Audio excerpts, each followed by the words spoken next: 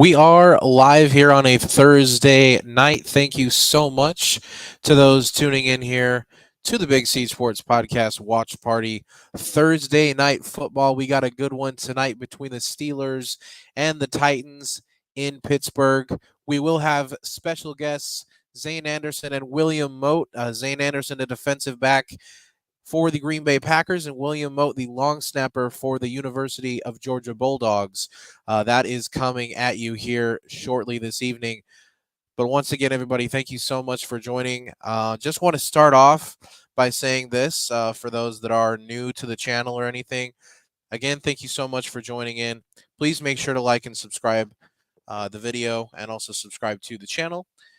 It looks like as well right now we probably need to also let you guys know I will not be showing the actual game. The game itself can be found on Amazon Prime, Prime Video, or you can also watch it on Twitch, the streaming platform Twitch. So if you're looking for the actual game, that is where it will be.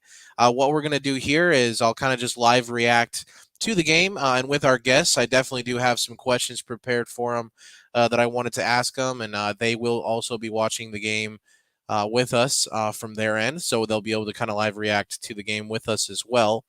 But that's kind of how we're going to do this. So if you're new to the channel, or we're expecting to come here to watch the actual game, definitely apologize for that. But I will not be showing the game. The NFL would not like that very much. Neither would Amazon. So we're going to make sure to not show the actual game.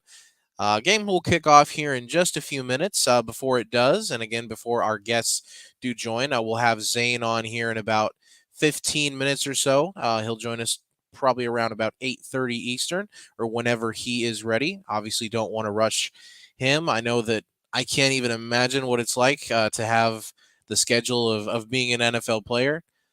So we'll definitely let him join whenever he is ready, and we'll make sure to bring him on. But just kind of some storylines on this game tonight before it does get kicked off.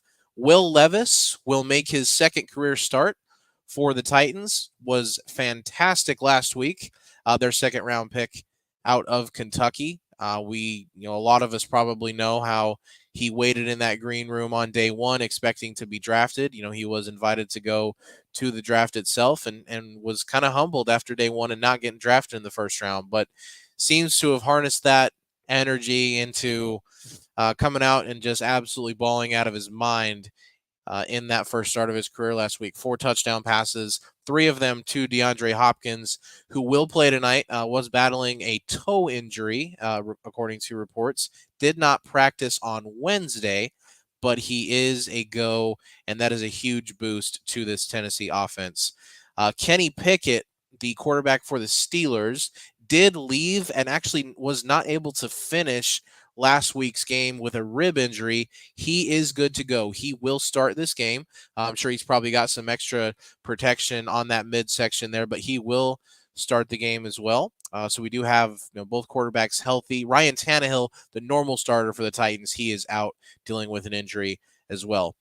Just kind of a brief little stat nugget here that I did want to mention.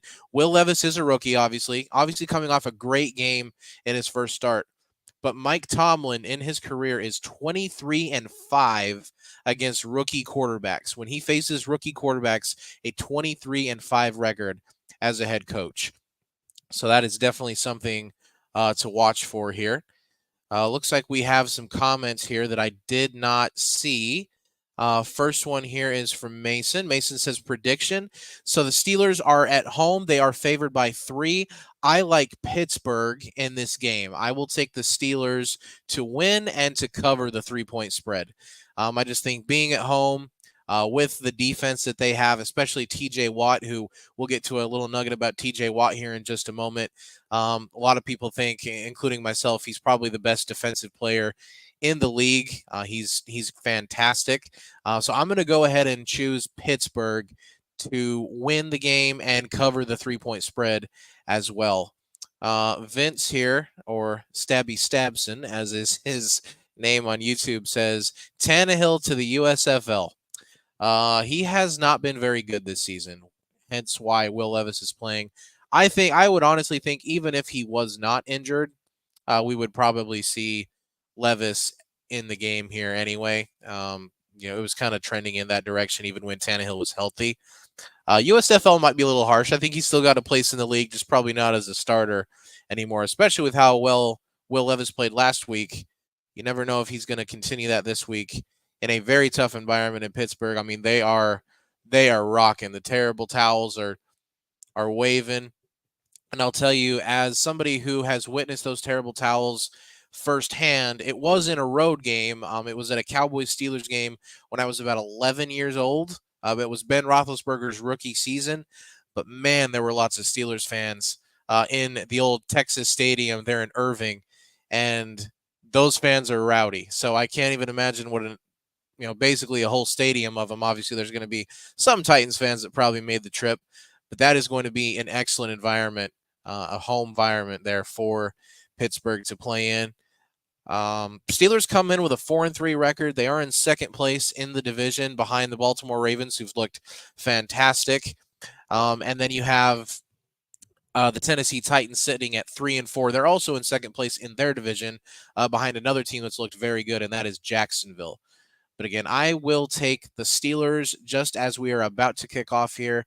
It looks like the Steelers will get the football first, so we will see Kenny Pickett, George Pickens in that offense first. And we're underway in Pittsburgh. What used to be called Heinz Field is no longer Heinz Field, and I don't want to butcher the pronunciation of the name of the field, so I'm just not going to say it. I'm just going to probably call it Heinz Field all night here in Pittsburgh. But here comes the offense out. Another thing that is new this week for Pittsburgh, Matt Canada, who is the offensive coordinator for Pittsburgh, normally calls the plays from up in the booth. He will actually be down on the sideline tonight, so he will be calling the plays from the sideline. We'll see if that makes any difference. There's been a lot of backlash, not just in Pittsburgh, but from Steelers fans everywhere. It's funny. Wherever you go, Pat McAfee obviously has a huge influence in sports media. Pretty much everywhere that he goes, he obviously travels to College Game Day, they get a Fire Canada chant. So people do not like Matt Canada, especially Steelers fans. So that's something to watch for. Comment here from Michael says, is this game being showed? Looks like Michael maybe wasn't at the very beginning of the show here. But no, I will not be showing the actual game.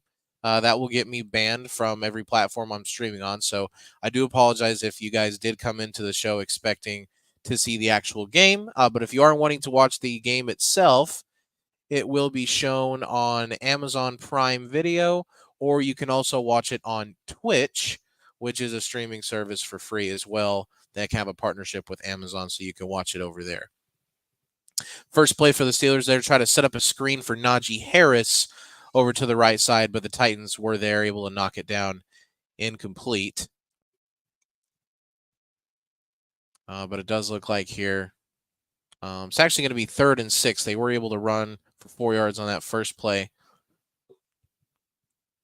George Pickens and Deontay Johnson look like they're out wide here to the right side. 3rd down, Pickett will throw, and that is going to be a first down for the Steelers. So able to pick up a first down. Robinson on the reception there. Steelers move the chains there to get the first down.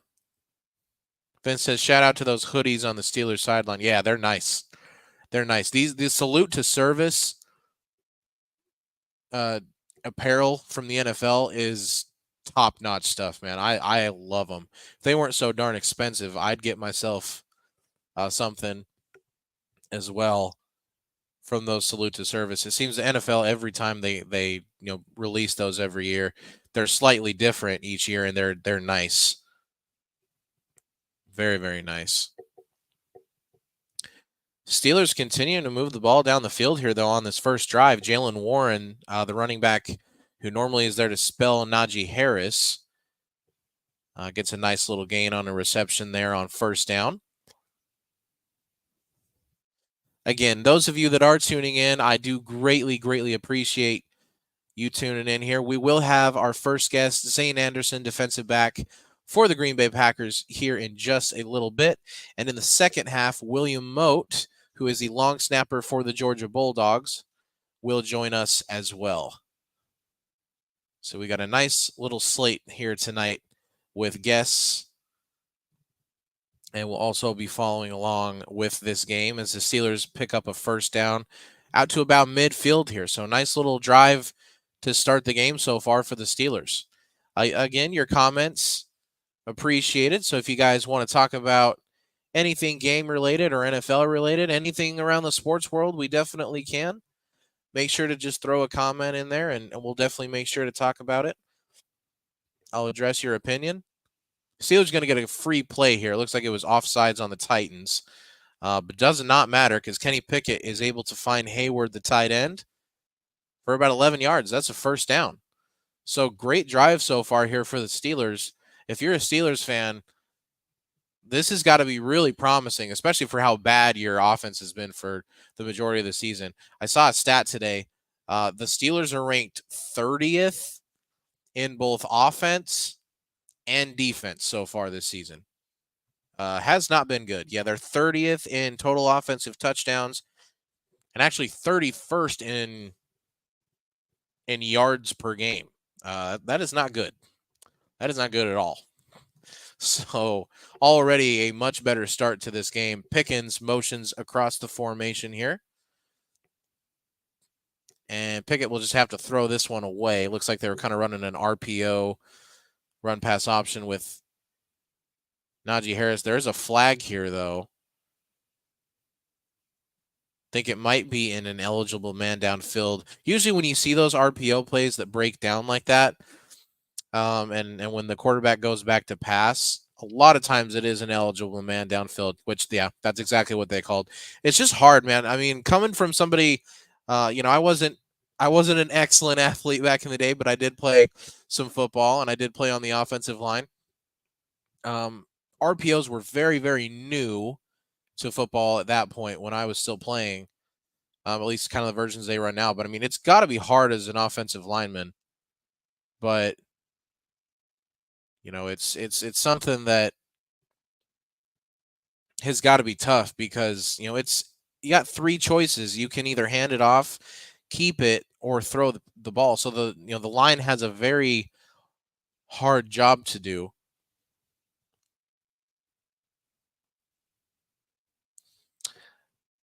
But this is 2nd and 15 here. After the penalty, Pickett throws an incomplete pass. So that'll be 2nd and 15. Looking for Deontay Johnson, who is back and healthy. That's a nice little boost as well for this Steelers offense. He's played the last couple games, started the year with some injuries, but we do have Deontay Johnson back in the lineup there for the Steelers. Pickett's going to throw again here on 2nd and long. He's going to escape some pressure. Nice move there from Pickett. He'll find Deontay Johnson. He's going to get close to a first down. Looks like it's going to be about 3rd and 2 here. Depending on the spot. Let's see how close he got to that marker. Looked like maybe about 2 yards short. But that's just an excellent job there from Kenny Pickett to avoid pressure because they were right in his face.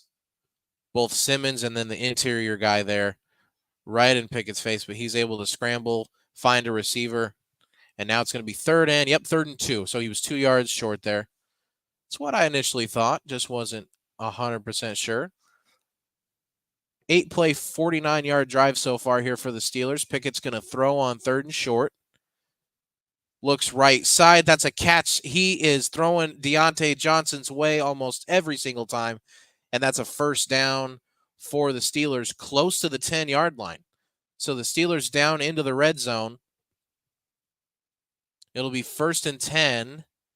See where they spot this ball right at the 10-yard line. Don't believe it'll be 1st and goal because I think it was still just outside the 10-yard line. So technically they can get a first down. Let's see. Oh, no, they did mark it just inside. So it'll be 1st and goal here for the Steelers. Pickett will hand to Najee Harris right up the middle, and Najee Harris will score a touchdown, the first of the night. Najee Harris goes right up the middle. Matt Canada fired up on the sideline. Steelers fans have got to love that first drive from their offense. It looked so much better than in weeks past. They march right down the field. Najee Harris finishes it off with a 10-yard run right up the middle. Oh, that's an excellent block from offensive lineman looks like number 73 on the Steelers there. That's Isaac Siamalu, the former Philadelphia Eagle. That's an excellent block to spring Najee Harris for the touchdown. So the Steelers get the ball first. They strike first, go right down the field on this Tennessee defense. Najee Harris finishes it off with a touchdown. And now we will see the Steelers defense come onto the field for the first time, obviously led by TJ Watt. I will say this. So TJ Watt, JJ, his brother, obviously first ballot Hall of Famer. Incredible player. Does really well on CBS as well. He's just an entertaining dude. But TJ can actually break his record tonight. If he gets at least one sack tonight, he will be the player with the most sacks through 100 career games in NFL history, breaking his brother JJ's record. So that's pretty cool right there. It's got to be awesome for both of those guys. Obviously JJ, got to feel a little bit down because it's his record that's about to be broken. But to have the person that could potentially break it, be your brother, it's got to be an awesome feeling for them, for that whole family. I'm sure that's something that they're all looking forward to. And we'll see what TJ's able to do tonight. Again, he's, in my opinion, probably the best defensive player in the league. He's just so dominant week in and week out. I mean, if you got a lot of guys in this league, you could say that about, Micah Parsons, Nick Bosa, just to name a couple. And then, I mean, I think TJ probably is even better than those two. He's just unblockable.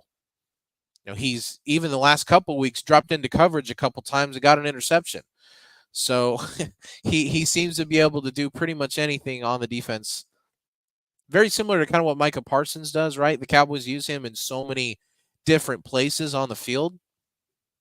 And TJ's proven, over his career that he's very similar, extremely versatile.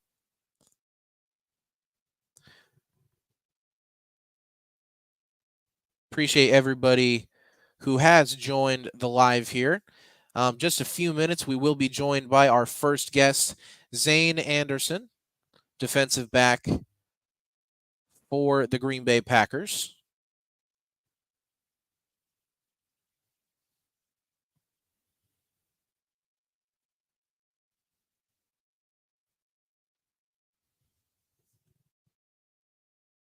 Has a commercial now over there, back into Pittsburgh. But again, for those of you just joining, thank you so much for doing so. Your support is greatly appreciated. If you have not done so, make sure to like and subscribe to the channel on YouTube. You can like and follow on Facebook or Twitch as well. I am streaming on all three of those platforms. If you did come here looking for the actual game, I do apologize, but I will not be showing it. That's something that will get me banned on all of the platforms that I'm currently streaming on. So definitely not something that I would like to do. But we will be following along with the game here. And again, we will have two guests on. We'll have Zayne on here in just a few minutes. And the second half, we will have the Georgia long snapper, William Mote, as well on the stream. Titans will take over here after the Steelers able to drive right down the field on that first drive to go up 7-0. Najee Harris finishes it off with a touchdown run right up the middle. But a penalty on the Titans on the kick return will actually back them up. So not a good place to start. Again, Will Levis last week, 4 touchdowns in his first career start. And as Vince points out, exactly, with 2 or more touchdowns tonight, Levis will break the all-time record for most touchdown passes in your first 2 starts by a rookie. So that's an awesome stat there. Thanks, Vince. I had that here written down, just had not mentioned it as well. But you're right. Titans go to Derrick Henry on the first play. He just gets about a yard.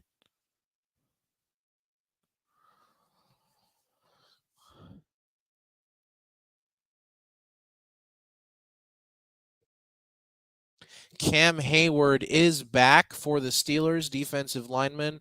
That's a huge get, especially for a defense that has been struggling a little bit, and especially for a defensive line that already has a guy as talented as TJ Watt, who gets free and just about gets to Will Levis, does put a nice hit on him. And of course, they're going to call a penalty. Man, I don't like that penalty at all. For those of you watching this game with me, that's live. I really did not like that call. We'll look at the replay, but they're going to call a roughing the passer on Will Levis, bro. On TJ Watt for hitting Will Levis. I don't like that. Let's see the replay here again, but live I didn't like this call.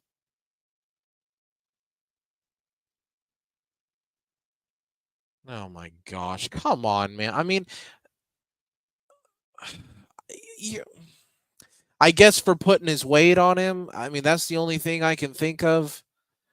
I don't like that call at all. I really don't. Call me old school or, whatever you want. I'm one of these guys that I agree with what Tom Brady said a few weeks ago, which is we're trending in the direction of flag football at this point, which if that's what if that's what the NFL wants to be, okay, but come out and say that. Don't come out and promote, this physical game with, big hits and things like that, and then go out and call these types of penalties where you can't even touch the quarterback without it being a personal foul. I really don't like that call. But it does give the Titans a first down. But I really don't like that. I don't know. Again, call me old fashioned, whatever you want. But I don't like that call at all. I really don't. 2nd and 6 here for the Titans. Levis is under center. He'll play action to Derrick Henry. Goes to the middle of the field, and that's broken up by Patrick Peterson. But another flag on the Steelers defense. This looks like they're going to get Peterson either for a hold or pass interference. It was thrown in the secondary, right at Patrick Peterson and right where the pass was broken up. But it's going to be actually illegal contact. So the NFL, that's something that's a little different than in college, right? Once you go past 5 yards, you cannot be, pushing and jostling with that receiver. But I mean that's a good call. Patrick Peterson was all over the receiver. That is the right call there. But that's something that's a little different than college, right? Obviously, you can't be holding people down the field in college, but it's a little less lenient. I would say illegal contact is not a penalty in college. It's only the NFL that does have that penalty. Levis will throw again. Steps into the pocket. He's hit again as he throws, trying to get it to DeAndre Hopkins there. No penalty this time as he does get hit. And that's Highsmith in on the pressure. TJ's running mate over on the other side of that defensive line. Yeah, Levis took a nice hit there, but close enough to when he threw that ball that it did not draw a flag this time. 2nd and 10 here for the Titans. Levis again under center. Derrick Henry behind him. He will hand it to Derrick Henry, who will again only get about a yard or two.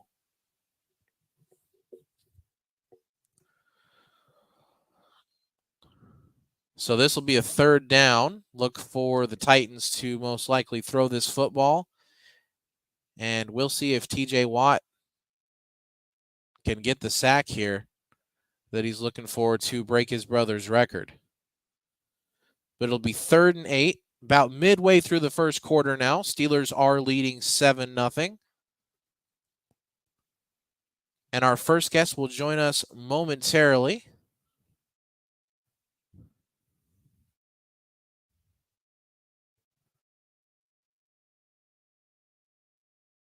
As Levis does complete, looks like he checks down to his back there. who will get close to a first down at midfield, but not quite there.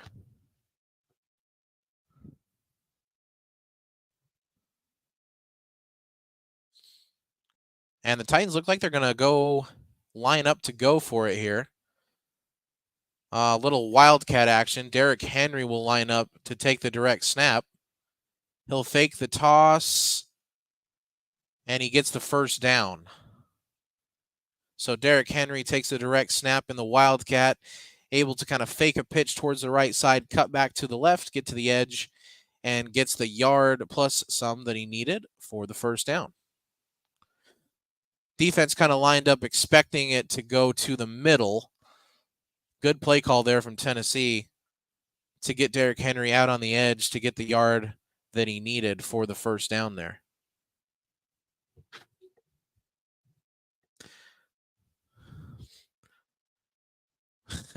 Mason says, how does one stop a man like Derrick Henry? No kidding. That is a full-grown man.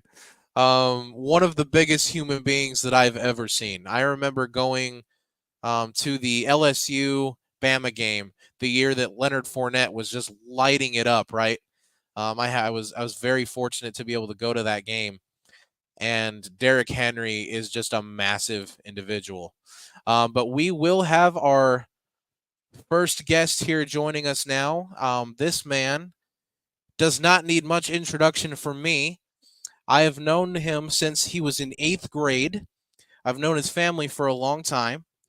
Former Stansbury Stallion, former BYU Cougar, a Super Bowl 57 champion with the Kansas City Chiefs, and currently a Green Bay Packer. Ladies and gentlemen, Zayne Anderson. What up, Siege? How's it going, Zayne? Thanks so much for joining, man. How's it going? It's going good, man. Good, Just good. Thursday night, enjoying this game. Absolutely. Yeah, kind of a surprising start to the game for me anyway. I know that the Steelers offense has not been good at all, and they went down the field with ease on that first drive. So I know for me that was pretty surprising to see. Maybe Matt Yeah. Canada being down on the sideline is making a difference because, as I was kind of saying in the beginning, their offensive coordinator has been calling the plays from up in the booth the whole season, but he moved down to the sideline today. So maybe he can see more or be able to communicate better. You never know, but seems Yeah. like it made a difference. It's always interesting. Some coaches prefer being down there. Some coaches like being up, be able to see everything. Yeah, what I mean, like you as a player, what would you prefer? Do you like when the defensive coordinator or wherever you're playing, whichever side of the ball, do you like it when they're down on the field, or would you rather have them up in the booth where they can see the whole field? What do you think as far as from a player perspective? What do you like more? I think it all just kind of depends on the defensive coordinator. I think it's if they feel comfortable making the calls and checks up there rather than they do down on the field. I think it all just depends. I've experienced both. It's nice having your defensive coordinator down there to kind of rally everyone on the field, but I can see the positives of them also being up in the sky, being able to see everything and make the necessary checks up through there. Sometimes you're not able to see the whole field down on the field. For sure. Yeah, I know for me, they going to give that sack to TJ or Highsmith? I think it's Highsmith that just got that sack there. How much time's on your on I the have clock there? 4 minutes and 18 left in the first quarter. It looks like there's a penalty, so I'm not Yeah, sure how that's where I'm different at. we are. That's where I'm at. Okay, cool. I'm hoping, yeah, that should be probably pretty synced since they're all kind of on the same platform watching it. So I think we probably should be fairly close to one another when it comes to kind of how we're synced up on this. But Zane, All let's kind of right. talk about you for a second here. So you start the season with Buffalo, obviously. You sign a deal with them after winning a Super Bowl with the Chiefs. Um, you get waived, but immediately, before you can even hit free agency again, you get picked up by Green Bay. Tell me kind of what that was like to immediately get picked up by a team after, what's that like emotionally to hear you're getting cut and then, within the 24 hours already get picked up by another team? Kind of walk us through what that feels like as a player. Yeah, it's something a lot of people don't know about. I think when you're in the business, cut days it's a tough day. A lot of people lose jobs, and a lot of people don't ever get to play what they love doing. It's kind of the end of their careers, and so it's always a tough day. I think for everyone in the building, uh, even for coaches, and a lot of times it's some of the cuts out of their control, and so. Yeah, it was I was fortunate this year. I've been on the other end of it where you don't get claimed and you kind of have to go on practice squad and make your way. But even that kind of was a blessing too, at a young age. But for this year, that's something when I left KC I wanted to accomplish was make a 53-man roster. And yeah, like you said, dude, it was a kind of roller coaster, when you don't initially make the team that which I was with Buffalo to how to initially make that team, but for Green Bay to give me that opportunity was such a blessing, and it's what I wanted, man. It's what I set after my goals after the Super Bowl, and so to be able to do that and for them to give me this opportunity has been amazing. That's awesome, man. I know that I was calling for a riot in Buffalo when I saw that you got cut, but I was so I was so happy to see that immediately you getting picked up by Green Bay. It's such a great organization, right? I mean, so much tradition.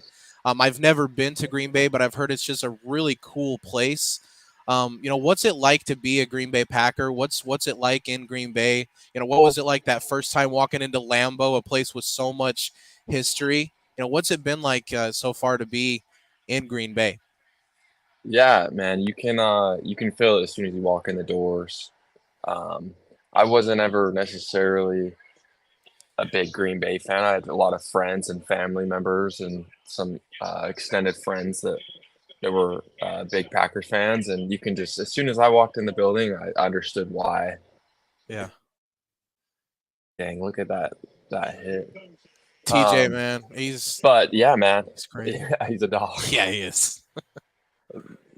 But yeah, as soon as I walked in, I felt the history, and they've actually redone their facilities there, Wow. and it's just kind of framed around their history, and you just kind of feel it in the air. And then when you walk into Lambeau, I remember the first time I went in there, we were there for picture day. Right after the first week I got there, and it's cool, man. There's a lot of history there. A lot Oh of, yeah. this where football's been around for a long time, and to be a part of an organization like that is pretty cool. Yeah, I can imagine, man. I know that that's definitely a place that's on my, sports bucket list to get to at some point is go to a game at Lambeau Field. There's just like you said, man, so much history there.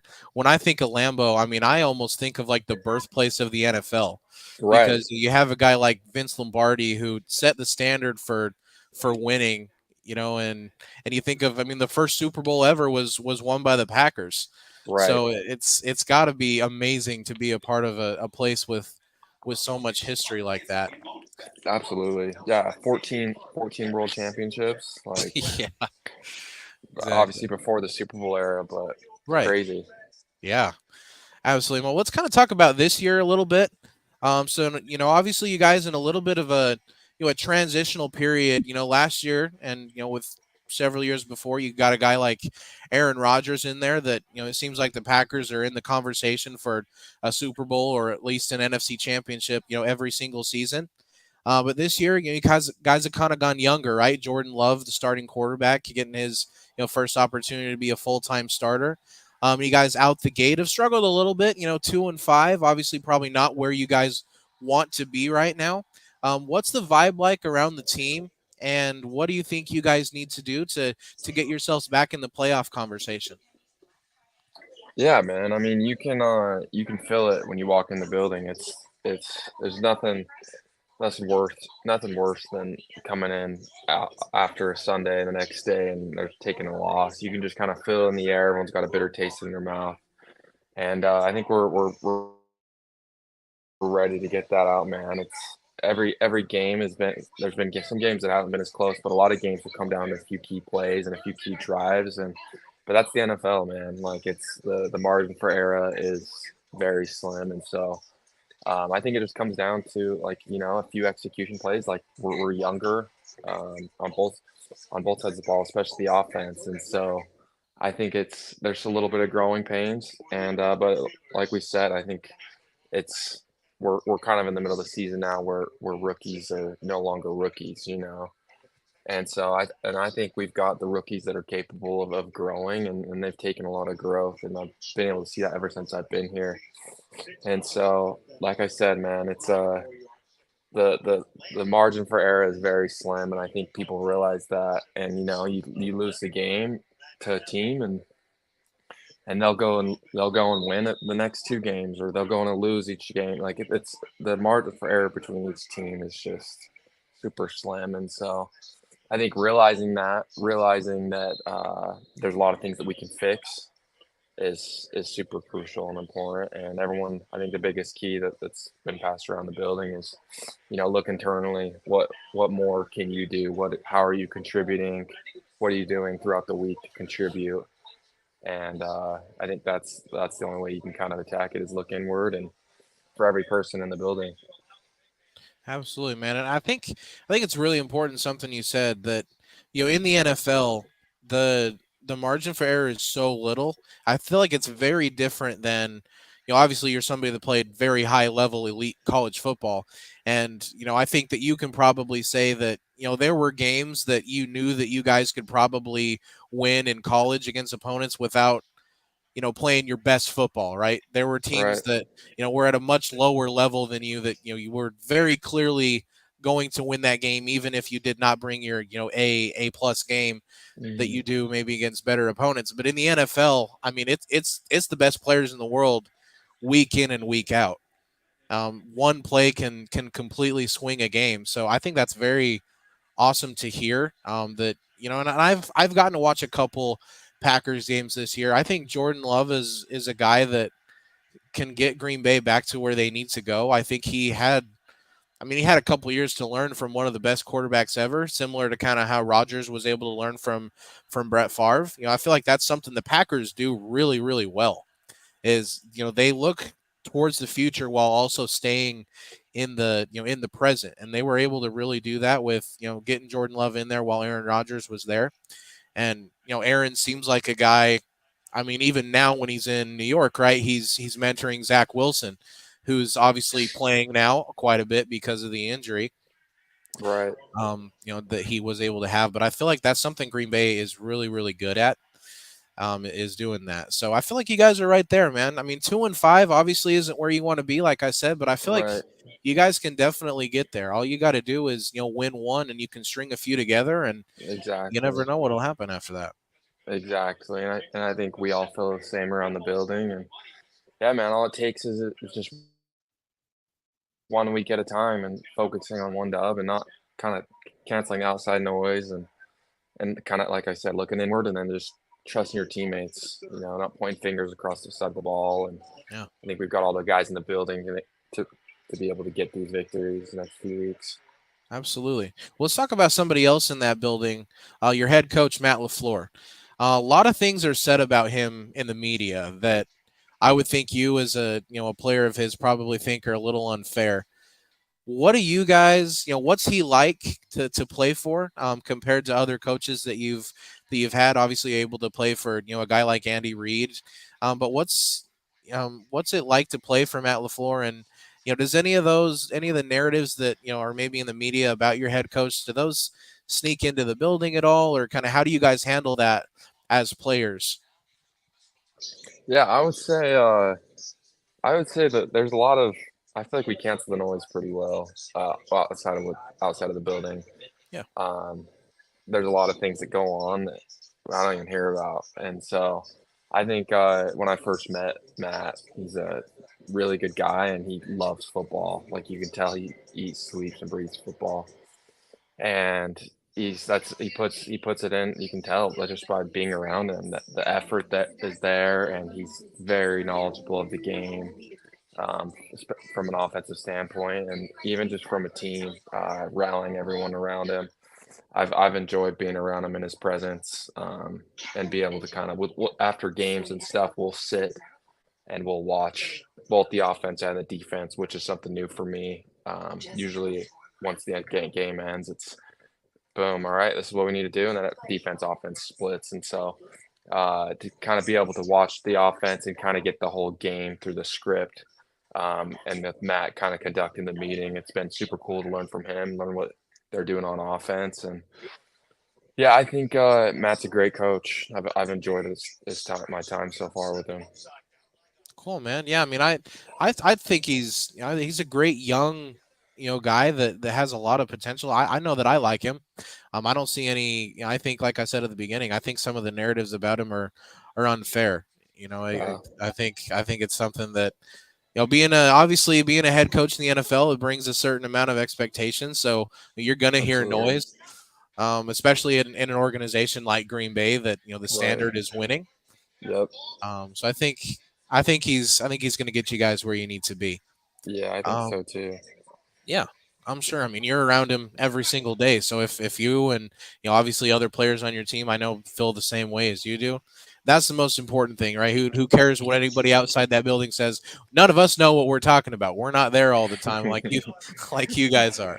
Yeah, and that's the hard part. I mean, you have a fan base, a very passionate fan base, which is great. I mean, Yeah, and they're used to winning. There's still that winning culture there, and so to kind of have a season like this where we start off a little rocky and lose a few games, it's not easy. I get it from the fan standpoint, but nothing. We feel the losses just as much or more than the most passionate Green Bay fans, and we're doing everything we can to fix what we need to fix and correct what we need to correct, and so, but by canceling that noise, it's just kind of like that's all you can do during the season. There's a lot of negativity out there, yeah, and I think it's kind of best to kind of stay away from it and focus on the team because I mean that's really what it comes down to is us, producing and doing what we need to do. exactly.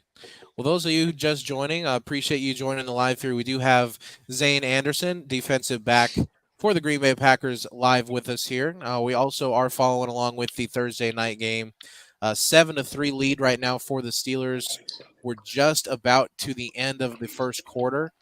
On that last drive, TJ Watt actually was able to get a sack, so I do believe that puts him past his brother JJ's record for the most sacks through your first 100 career games. JJ actually in attendance at the game as well. He was on the Pat McAfee show talking about that he was going to be at this game. Not sure if he has Steelers stuff on, like he said he might. I feel like that would be a little weird to see JJ Watt with the Steelers thing on, but you never know. Is obviously supporting his brother. But Zane, let's talk about something else a little bit. So, um, again, I've tried to follow the Packers as much as I can since you made the move over there, and I do know that I did see your name pop up on the injury report a couple times in these last few weeks. I think I saw the first injury report come out today, though, and I did not see your name on there. How are you feeling physically? Are you back to 100%? And kind of how's your body feeling? Are we going to see you on the field? Yeah, it's man, it's like we talked about before. We kind of missed that part, but was super excited for the opportunity. Yeah. Got here for a couple weeks. Was adjusting the playbook. Was supposed to play week 3, I believe. And after I'd adjusted the playbook and get everything down, and very first day, kind of tweaked my hamstring a little bit. Ah, And yeah, man, it was frustrating, yeah. but it's kind of the worst case scenario, when you're a new guy coming into a new team, trying to prove yourself, and you get this unique opportunity and something like that to happen. It was rough, man. But Yeah. yeah, I'm feeling great.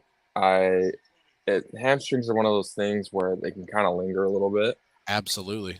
and especially for a skill player Yeah. like me playing defensive back and especially playing special teams. Yeah. That's what I do, man. I run. I Exactly. run for a Lots of living. explosive movement. Yes. Exactly. And so to not be able to do that fully, who's down? Oh, I thought it was TJ. But to not be able to do that fully was pretty frustrating. But I'm finally feeling like I'm back to full speed and kind of getting back to my full speed. Because when you take a few weeks off, even if it's just a hamstring, you kind of lose a little bit of that that explosiveness and stuff for a couple days, and so to be able to get that back, today and yesterday, feeling comfortable on that has been great. And so, yeah, man, we're focused on this week and focused on having a good practice week and putting everything together, both defensively and on special teams. And yeah, Mhm. hopefully that's the goal is to be able to play this weekend. We'll see where we're at every day, but yeah, man, just taking it one day at a time. Yeah. Feeling healthy, feeling good today. Tomorrow's our Fast Friday practice, and so as we kind of wrap up the week, as it gets closer, we'll see what happens. Cool, man. Well, I'm looking forward to seeing you out there. Like I said, I was so excited when I saw you get picked up by a team like Green Bay. So I'm hoping to see you out there, and I'm glad. Was very happy to not see your name on that injury report today. I will tell you that as well. Yeah, that's a good thing to be off that. You never Exactly. like your name wandering around those parts. For sure. So I wanna address something that I think is kind of funny. So when you go on social media, and I know that we've kind of talked about this in the past that you don't really use social media a lot, which not a problem at all. But when you search your name on Twitter, there are a lot of Packers fans that don't think that you are a real person. It's hilarious to me.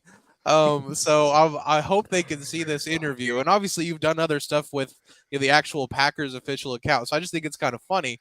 If you look up your name, they're like, they want to see you play. They're excited that the Packers signed you, and they're kind of saying like, I'm not sure if Zayne Anderson's a real person or not.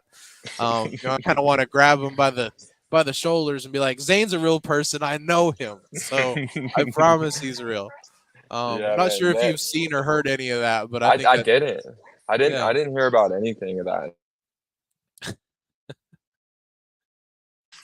One of the ladies that conducts interviews and stuff, like she grabbed me and she's like, "People are saying you aren't real on Twitter. Have you seen that?" I was like, "I have not seen any of that. I have no idea what you're talking about." But I guess it was like a big thing, but I had no idea. I'm kind of on Twitter during yeah, the season, and yeah. so I had I had no idea. But yeah, man, it was funny.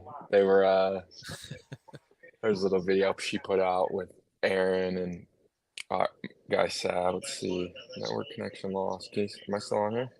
I can see. Yeah, I can see and hear you. Can you see me and hear Yeah, me? yeah, Okay, yeah. okay. Um, but yeah, it was Aaron, and Aaron was like, "I'm Zane Anderson." I don't know if you saw that. That's awesome, man. But yeah, man, I'm excited. I'm excited to get it rolling and let everyone know, who I am and why the Yeah, Packers picked me up. exactly. I think they're going to find out pretty soon. I definitely think that that's the case. Oh, this is not ever something you want to see. I know. Somebody getting carted off. I saw him down. Who Yeah. is that? Number 55. Let me head to the Uh, roster. Yeah, I think so. Let me head to their roster real quick and get a name. Cole Holcomb out of North Carolina. mm, yeah, you hate to see that. Hate to see anytime the cart's out. That's not ever good. How's Will Levis playing tonight so far? Well, so the first drive they didn't really move the ball well, but they were backed up first and 23. Inside their own 5, he was able to get a nice completion over to D Hop. So I feel like anytime you have DeAndre Hopkins as a receiver, it's probably pretty nice to just be able to kind of throw in his general direction. Oh, absolutely. So, Yeah, he went but off last week. Both of them did. Both of them had really good games. oh yeah, yeah. And Will Levis looked fantastic last week. I was kind of talking at work with some people, and they were telling me I think Tennessee might have found their guy, and I'm like, let's pump the brakes as one game, right?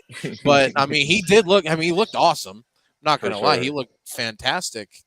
But we'll see. I mean, this is a tough defense. Even though statistically the Steelers have not been great so far this year, anytime you have a defensive line like they do, it's Yeah. never going to be fun for a young quarterback. And I'm sure the defensive coordinator will have a lot of things dialed up for to put some pressure on Will Levis.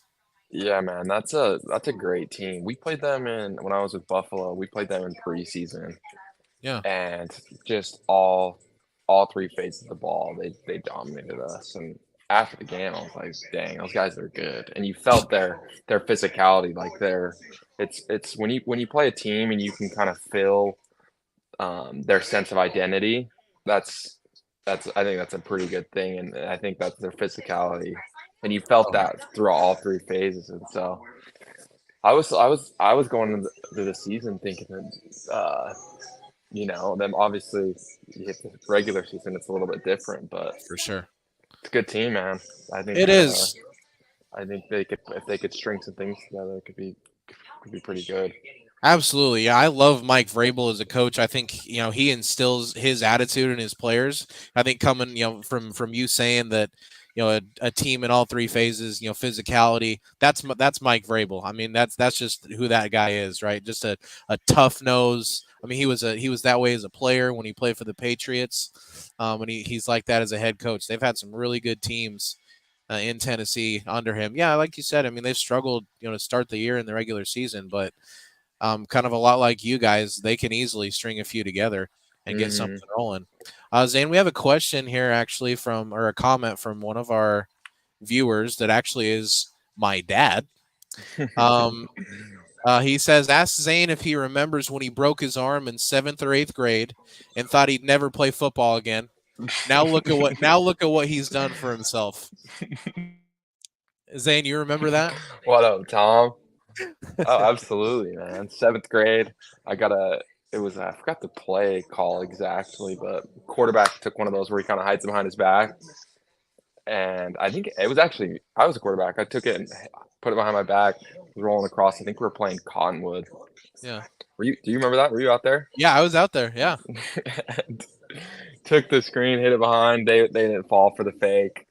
Went out, tried jumping over this person. Got hydroplaned up in the air, came down, snapped my arm. Yeah. They came out on the field. My arm looked like an S.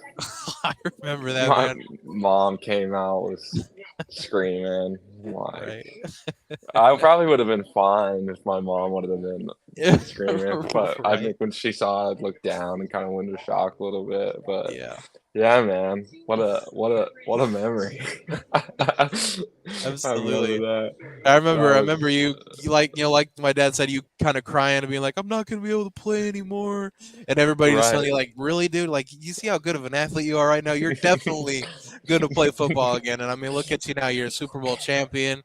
Right. I Talk to me know. about that, man. We haven't really talked a ton about that. I mean, we've Yeah. obviously texted a little bit and everything, but talk to me about what that's like, because that's the ultimate goal for every single NFL player, right? Is to be that last team standing at the end of the year. What was it like to be a part of that, and what's it like to be able to, not a lot of people can call themselves Super Bowl champions. So what's that like? What does that feel like to know that you were a part of something like that? Yeah, man. It was amazing. It's like you said, man. It's what you dream about when you're a little kid is watching that. Everyone watches it every year, and to be able to be a part of that was I was super fortunate to be able to go coming out of the draft as a free agent coming to Kansas City Chiefs. Well, that was a blessing, to be able to work to stay there and be a part of that team was amazing. And it's crazy, man. It's once you do it and you're there, it's kind of just. I think if you would have told me that when I was, when I broke my arm or whatever, when you're gonna be a Super Bowl champion one day, I was Uh huh. like, man, I don't know about that.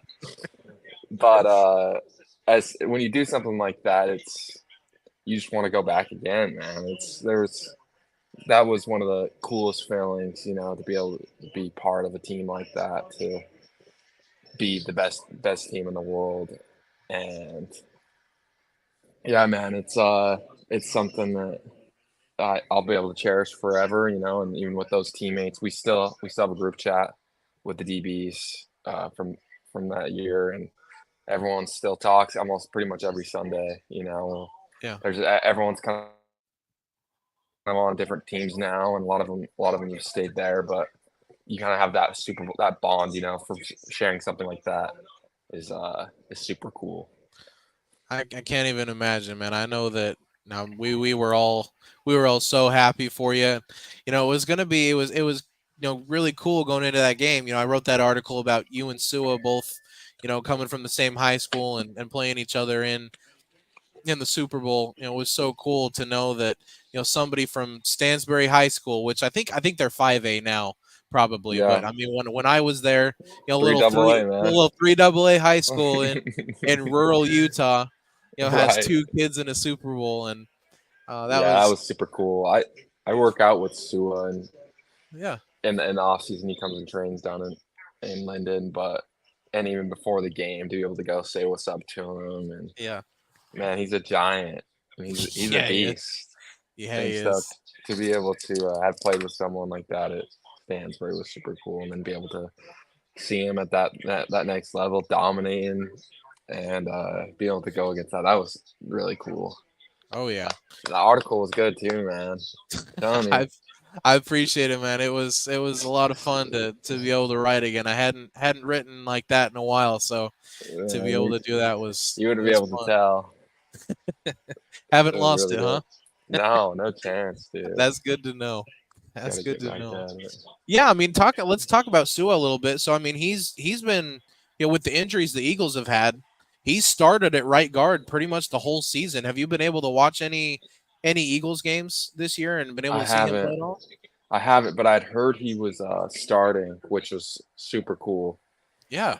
Yeah, I to be mean, able to. Yeah, he had some great matchups. I mean, he had to block Aaron Donald, so which I'm sure he had a lot of fun doing that. yeah. He handled him though. I mean, I know that you guys have the Rams, coming up this Sunday, so I'm sure you've Hmm. seen maybe not a ton of film on Aaron Donald since he's playing defense, but Right. you guys definitely know who he is and know that he's somebody you got a game plan for. Yes, Um, absolutely. and it's cool you talked about as well about you guys have a group chat with the DBs, because that was actually going to be one of my questions was, do you still keep in touch with anybody on that Kansas City team that you won a Super Bowl with? And I was sure you probably did, so that's cool to hear Yeah. that you do. Yeah, absolutely. We'll still. I still have a couple buddies where we'll Yeah, talk every other week or so about their game and yeah, future opponents. That if a team is they just played a team we're about to play, I'll ask a couple things about their special teams, what he saw, and right. yeah, man, it was cool. There's some really good people over there. I got a lot of love for everyone in that building still. I can imagine. Well, let's kind of talk about the Rams a little bit. So, obviously, coming off a loss to the Cowboys last week, may have lost their quarterback as well. Matthew Stafford hurt his thumb, hasn't practiced this week. His status is uncertain. What have you seen from the Rams on tape, and what are you kind of expecting to see on Sunday on the field when hopefully you'll be out there playing? Yeah, it's they're a really good offense, especially with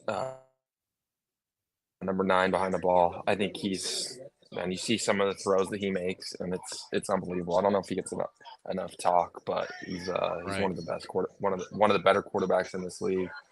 And to have him and Cup and also 17 Puka, there's those people you gotta game plan around, and there's a lot of other offensive weapons that we kind of got to slow down, but yeah, man, they're a great offense, and they kind of present a different strategy attack. They're in a ways they're similar to our offense, uh, in some of the same schemes and stuff. And so um, it's different. It's different going from AFC, I would say AFC West and some of those offenses to some of the offenses that we face now in the NFC. And overall, it's kind of a different.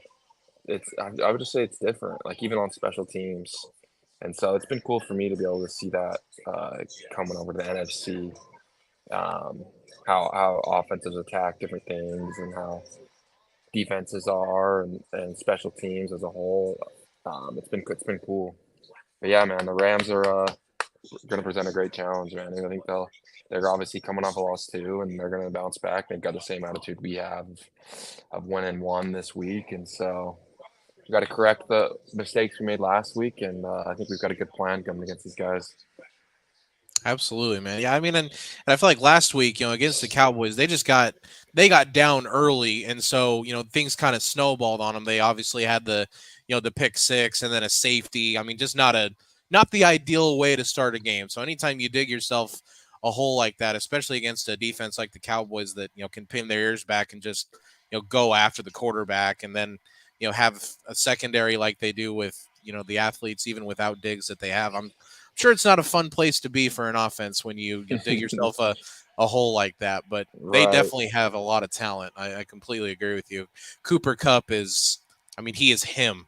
Yeah. Uh, Yeah. he, He's him and Stafford have one of those connections that similar to I feel like Mahomes and Kelsey, where they know where they're supposed to be and know where each other's are going to be and where some of the spots are in zones, and they kind of have that connection. And so would exactly. be able to see that, man. You got it's creates a new element of preparation, you know. For sure. And I mean, you mentioned Puka. My Yeah, fantasy team has very much appreciated Puka Nakua's man. I tried production. picking him up. I tried him picking him up, but someone in my league beat me to it. He's I a was baller. He is, man. Was he at BYU when you were there, or was it kind of a little bit of an overlap where he wasn't at BYU when? Because I can't remember. Was he at Washington first and then transferred to BYU, or was he at BYU the whole time? I can't Yeah, so remember. he went. I think he went to Washington, and then Uh, he transferred over. I don't know if it was his junior year or when exactly it was, but I yeah, played with his brother Kai yeah, and played against Samson. And man, that family, they're just full of athletes. Like when I stepped on campus my freshman year, Kai was also a safety, Kai Nakua, yeah. and he's one of the better and one of the best safeties I would say I've played with. Just athletic freak, like, and to be able to see that in Puka too, it's like it's crazy, man. It's crazy how these families kind of have it like that. Right. And so be able to see Puka do his thing now has been super cool. You know, watching him in college and just watching him carry that's what he was doing in college right into the NFL. You know, a lot of people don't see that kind of that translation, but to be able to watch him do that has been cool, man. He's handled his business, especially as a rookie. To be able to come and do that, it's very impressive. Yeah, yeah. I think. I mean, And I mean, yeah. Go ahead, man. no, when Cup, Cup was out early, and for him to kind of fill that role, to kind of do what he was doing, it's super impressive. And now to Yeah. have both of them back, Puka was able to prove himself and kind of bring a new element to that offense, and so create some problems, man. Yeah. Oh yeah, for sure, man. I mean, yeah. To me, that was super surprising because you pick a guy in the fifth round, and you hope that he's going to come in and be able to produce for you, right? But I don't think anybody was. I don't think that Sean McVay was like, oh yeah, we're going to draft this kid out of BYU in the fifth round, and he's going to come in and put up the same numbers that Cooper Cup does while Cooper's out for a few weeks with an injury.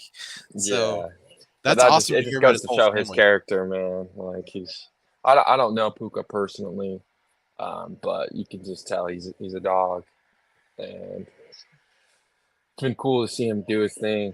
I think he's got a good chance to win Rookie of the Year. Oh yeah, for sure. He's if he can, if he can even produce at probably half of what he did in the first, 5 games or so of the year, Hmm. absolutely he's got a chance to. So I want to check in on the game real quick here. It Yeah. is still 7-3 in this game. Looks like Will Levis is going to probably have to throw here on 3rd and 13. Mm. But this Steelers, oh, that's a first down though. Able to find a receiver for a first down. But I mean, this Steelers defensive line, man. I mean, they are making it kind of like I expected, very, very hard on Will Levis. And for this to be a 7-3 game, the Steelers offense really hasn't done much since that first drive. So Will Levis is playing well, man. I mean, he's a rookie quarterback, and I'm sure of all positions in the NFL, that's got to be the toughest one to play as a rookie. Absolutely. Yeah, I can't I even know, imagine. man. When you see guys come in are able to do that, kind of what Yeah, Brock did last year with the Niners, and it's yeah, impressive, man, because there's element of growth at every position, but it's highlighted especially at quarterback. Oh yeah. And so when rookies are able to come in and do that on a consistent basis, it's very, very impressive. Yeah, for sure. And I mean, especially like even all the, different terminology that they have to learn from college to the NFL. Offenses are just so much more, complex and things like that too. That to me is even more impressive. The cerebral part of it. Right. All the speed, obviously having to make decisions so much quicker. And I mean, he Yep. came from the SEC, right, which is probably the closest thing to the NFL that there is in college football on a week in and week out basis. And he actually led the SEC in interceptions last year. So for him to come in and play as well as he has in these first two games so far, it's really impressive. And I think it's probably obviously reflects on him, but the coaching staff as well, just getting him prepared and putting that trust in him. I feel like you Mhm. as a player probably know when that your team believes in you, it kind of gives you that extra boost to, think like, hey, my coaches and my teammates, they trust in the ability that I have to go out there even as a rookie, Yep. to do this, right? Yeah, absolutely. I think I think that's the biggest thing, being on teams is having that faith in that other person, especially as a young quarterback. Uh, I feel that same way towards Jordan Love with our team. Everyone on our team believes in that guy. Like Yeah. he can make all the throws, and he's a baller, man. He's a gamer. And so I think when we get things rolling and stuff, I think I'm gonna be able to see. But yeah, it's quarterback is the hardest position to play in the NFL. And you see on social media all the fans and stuff.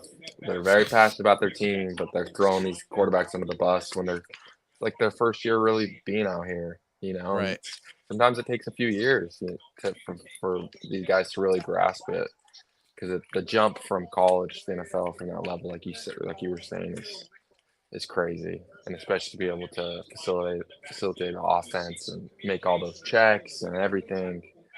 It's a lot, man. Like these people need to be patient, let these quarterbacks develop, and besides tell them we need to throw them out. Exactly. Not everybody's going to be Tom Brady and step in and lead your team to a Super Bowl immediately and then, never lose the job again, right? I mean, Right, that's not realistic expectations. That's why he's the best to ever do it because right. he was able to step in and do that. But I mean, Hmm. even Peyton Manning, right? Peyton Manning, in some people's eyes, is the best quarterback ever, and he led the league in interceptions as a rookie. Like he Yeah, threw I think it was like 30 interceptions that he threw as a rookie. So yeah. if imagine if the Colts would have just been like, oh man, well this guy's garbage. He threw 30 Right, picks this year. We should probably never play him again. right. Yeah. Like it takes, especially at that position, it takes some time.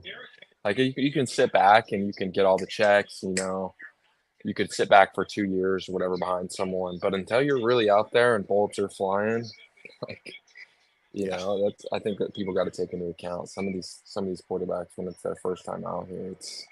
It's impressive, man. It's not an easy job, but that's why they get paid the big bucks. That's exactly. Well, let's talk about this game again for a second, Zane. So Derrick Henry just had a nice run there for a first down. Um, have you ever had to play a man that is that big on offense and try to tackle him in the open field? Have you ever I mean, when you guys played, Tennessee in the preseason, he probably didn't play, I would assume, because he's Derrick Henry, so they probably were like, you don't need to play in the preseason. But have you ever had to tackle a guy that big in the open field? Um, Let me go back too. We played. I was talking about. that was my bad. I was talking about when I was with Buffalo. We played the Steelers in preseason. Oh, okay. Yeah, yeah, yeah. But Gotcha. I'm trying to think, man. Um, some some of those big backs. They had a back. They have a back for the Steelers, and he's not a Derrick Henry size, but he's a little bit smaller. Jalen Warren. Yeah, yeah. He's small, but he's a dog. like, He is a dog. Yeah, like he can. There's few people when you hit him, you can kind of feel their punch, and he's definitely one of them. yeah. He's got lower pad level, Hmm. and he's always trying to bring the thump and bring that. There we go. Yeah, he's a bowling That's ball out there for sure. but I'm trying to think even in college, we faced some good quarterbacks or some good running backs. You remember Darius Guice going Yeah, to LSU? absolutely. He was a really good running back. He was good. He played some in 17 and went down to LSU.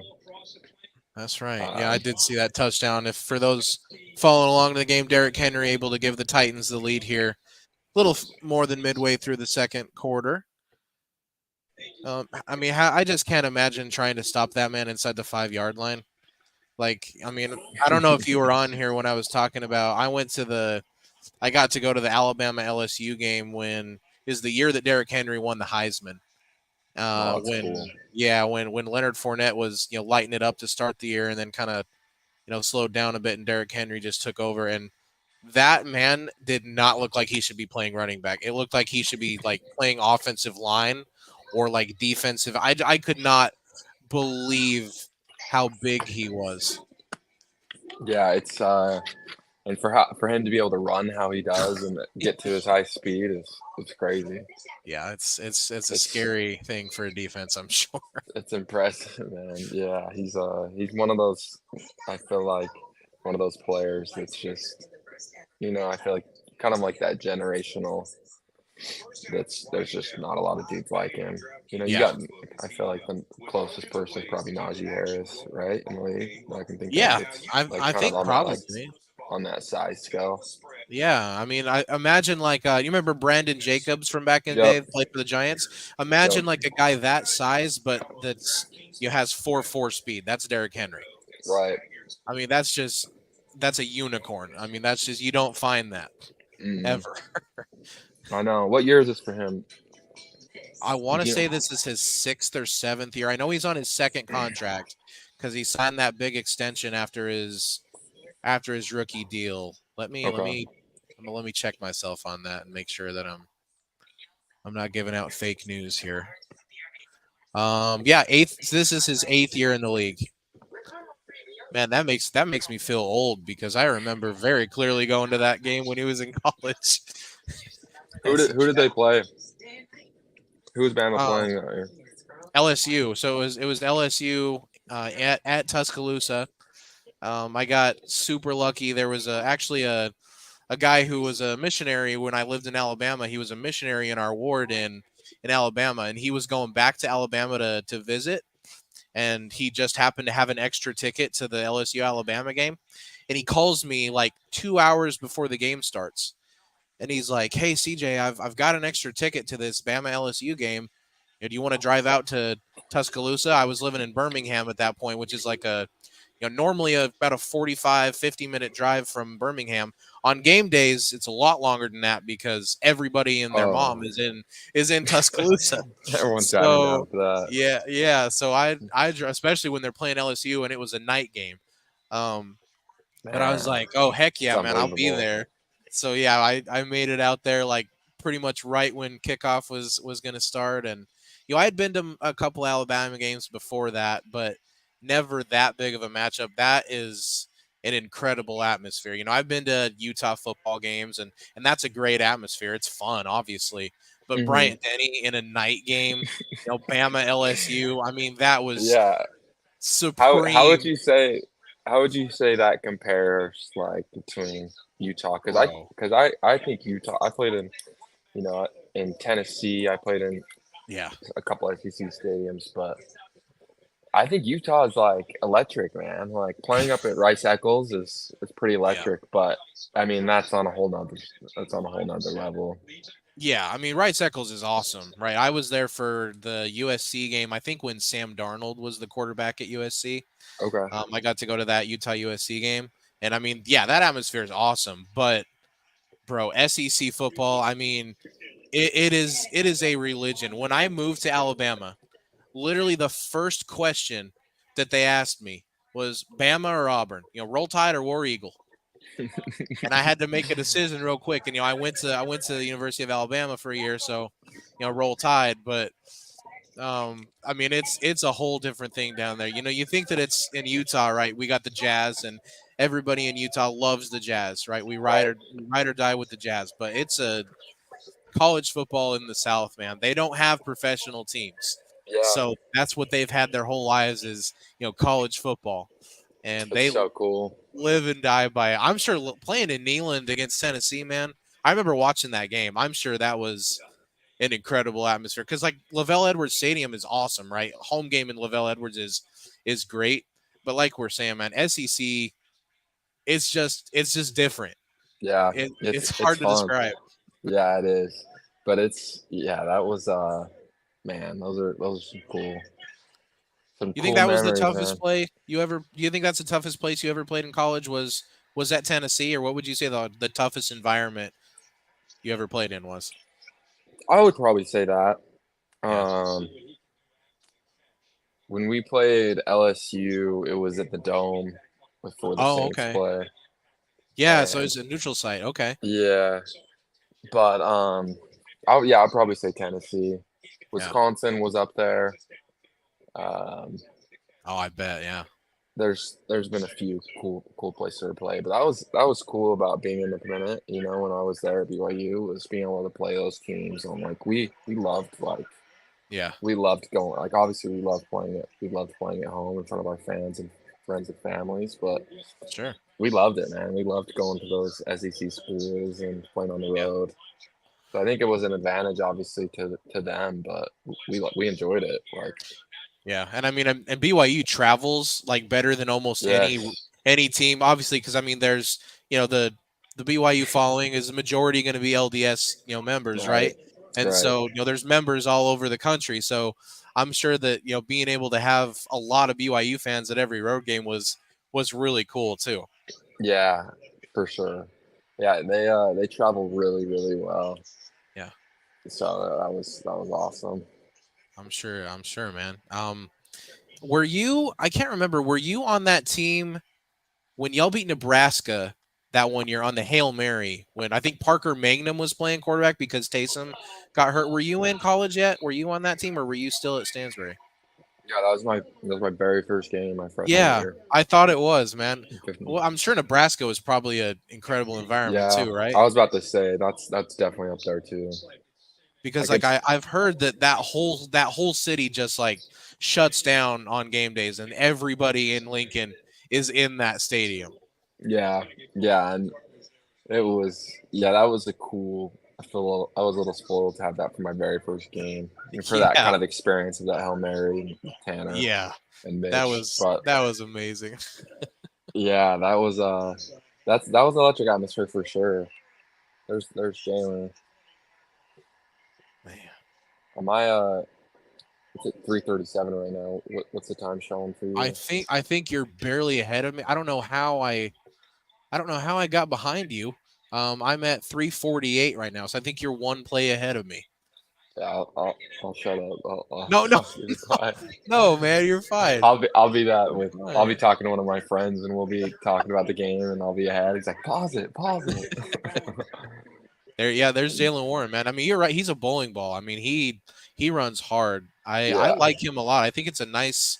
They got a nice little duo of running back with he and Najee. Najee gets a lot of hate, and I guess I get it. Being a first round pick, running backs don't get drafted in the first round a lot anymore, but when they do, there's a lot of expectations for them, and a lot of teams I think have maybe unfairly looked at Ezekiel Elliott as like the model of don't pick a running back in the first round, and I think that that's probably rubbed off on other guys that have gotten picked there. Even though I mean Zeke was incredible to start his career, he just I mean being a running back that's a lot of wear and tear on your body, right? I mean you're getting hit by linebackers and safeties, coming up and defensive linemen, every play, especially guys like that are getting so many carries.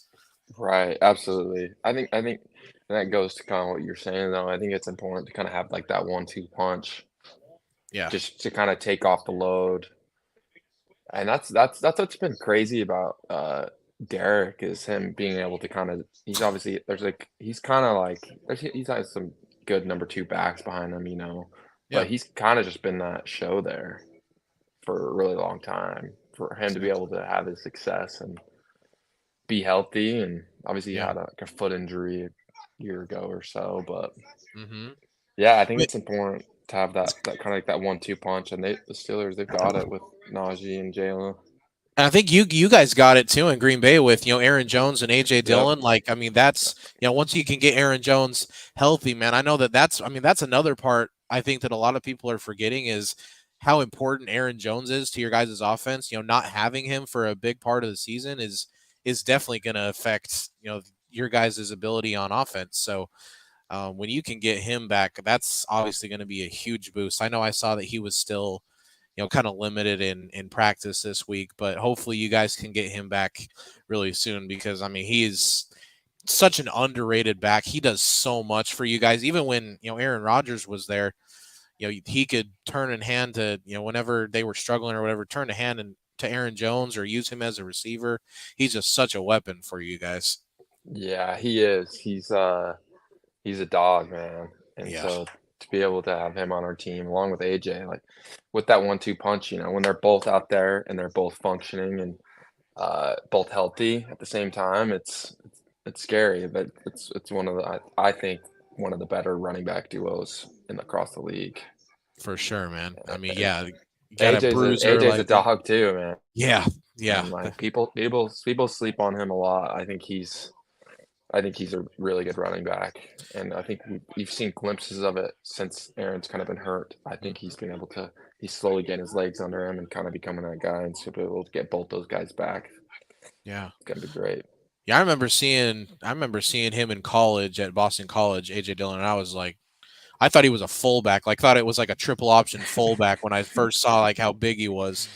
But I mean, he's a big dude, and he's kind of a lot like Derrick Henry that way, where they're big guys that are so fast for how big they are. Yeah, yeah, absolutely. He'll be like yesterday. Yesterday was our padded day, and there's you guys, when they hit the hole, and he runs right through that hole, and you're head up with him. It's like, all right, let's go. You know it's coming when you're going against him. But yeah, AJ's a dog. Aaron's a dog. It's cool having those guys on our team.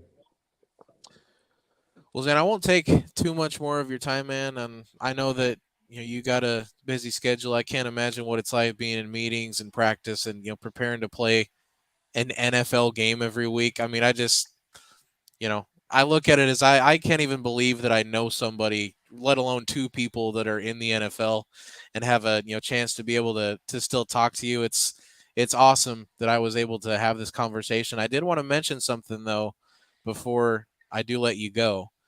So the Packers are going to be in Charlotte on Christmas Eve, and that is where I currently reside. Any way you can hook me up with some sideline passes or tickets or something to that game? I got you, brother. A little Merry Bro, Christmas. I'm totally kidding, but I mean, if No, you're really gonna do it, I mean, dude, can't say no. you got to stand up for the 435, the Yes, sir. hometown guys. That's cool, man. I didn't know you were living out there. That's for sure, Yeah, I'm dude. living in Charlotte, and I mean, I was trying to go to the Cowboys game because I'm a Cowboys fan. But I mean, Yeah. holy cow! Just because it's the Cowboys, tickets are crazy expensive, even with the Panthers being 1-6. And I was kind of going through the schedule again, and I was like, "Holy crap! The Packers are going to be here! Like, I'd love to go see Zayne play in person." But Is that the 24th? That's Christmas Eve. yeah, it's on Christmas Eve. Let's go, Yeah, man. Let's get you out there. That'd be sweet. bro, that would be amazing. I'm obviously totally kidding. Like, you don't gotta How many do that NFL if you. games have you been to? I've been to two. So I went to Okay. one in Ben Roethlisberger's rookie year when they were playing the Cowboys at the old Texas Stadium. Oh, sweet. And then on my 18th birthday, I went to a Cowboys Eagles game in the new, in Jerry World in AT&T Stadium. So That's those are the cool, two that man. I've been to. Yeah. They're uh they're fun. It's I tell people, when I have friends and family to come, it's electric. I know your Um, parents were out. I saw that your parents were out in Lambeau a couple weeks ago. yeah. So they went to Denver. They haven't been out here to Lambeau yet, Oh, but okay. Okay. I but didn't yeah, realize that. that was my first time being able to see them in a little bit. When you leave for camp, you head out in Yeah. July, and to be able to see them, Denver's super close to Salt Lake City, so they were able to come in, and Yeah. it was cool, man. It's good to see the fam. It's good to see familiar faces. So I'm sure. we'll we'll see you Christmas Eve, brother. Bro, that would be amazing, man. I'd love to do that. I'd love to see you for sure. I got you, dude. I'm glad you brought it up because I had no idea you were living over there. Yeah, yeah, I'm living. Oh, that's a touchdown. Oh no, they call it incomplete. Okay. Sorry, but yeah, man, I like it out here. It's a lot of fun. They kind of are a little unlucky with their sports teams. The Panthers haven't been good for a minute, and the Charlotte Hornets are, how do I put this, a dumpster fire. They're they're really bad. So they obviously are, yearning since Cam Newton had them in a Super Bowl a few years ago. Panthers have really struggled, but yeah, man, I would love to see that game on Christmas Eve if we can make that happen. I'd love to see you and love to be able to watch you play live and catch up with you in person. Yeah, man. We'll get you out there for sure. Will it be cold then out there or how's Yeah, I mean it'll be cold, probably not. I mean not Green Bay cold. I can promise you that. Not even probably Utah cold, but I mean today for example, it was like the low was like 40. okay? I'd It's not bet. too bad. Yeah, in Charlotte, it doesn't get like horribly cold in the winter. It's not like in like Raleigh or in like Boone, North Carolina, where like Appalachian State is. That's like up in the mountains. It gets cold and it can snow there. Okay. But I mean, nothing you're not used to.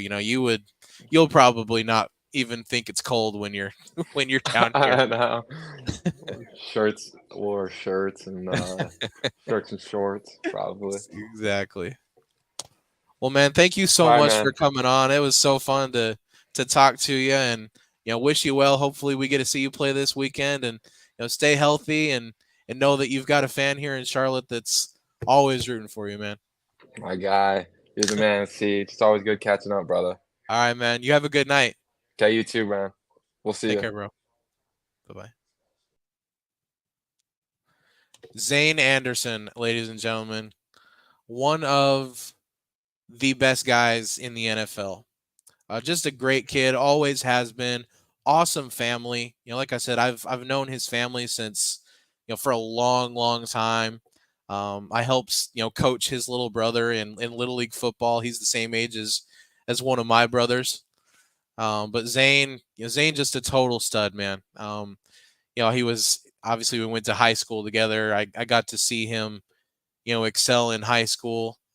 He was playing both sides of the ball in a triple option offense, was playing wing back and was a safety slash linebacker slash anywhere you needed to play him on defense. Just a special athlete and a special human being. So the fact that he was able to take some time, probably way more than he anticipated taking out of his day to come on the show here is something I'm extremely grateful for, and hopefully going forward, we can make that a more regular thing. Britton, that was cool, CJ. I appreciate that. I appreciate that, sir. That was awesome to be able to have Zayne on, and we'll have another guest on in the second half here. We'll probably let halftime go, and then we'll have our second guest come on, which will be William Mote, the long snapper for the Georgia Bulldogs, a two-time national champion. So we'll have that for you as well. But halftime coming up here in about a minute and 16 seconds. I know we didn't talk a whole lot about the game while I had Zayne on. Just an awesome conversation that we were able to have there. But we got a minute and 16 left in the half. We got a tie game. 10-10. After that first drive from the Steelers, where they're able to basically march right down the field and score, haven't done a whole lot since then. And now Will Levis will have the ball to be able to try and go put his team ahead before halftime. Not a bad first half from Will. I mean, this is only his second career start. Obviously, we talked about at the beginning that he was able to throw 4 touchdown passes last week, 3 of them to DeAndre Hopkins. That first touchdown they had was a run by Derrick Henry. But Will Levis, I mean, he hasn't looked bad at all. He's especially against a really, really good defensive line. I mean, TJ Watt is as good as it gets. And Highsmith on the other side, who went to the University of Charlotte, is not a bad player at all either. That's a really good tandem. to be able to rush the passer and put Will in uncomfortable situations.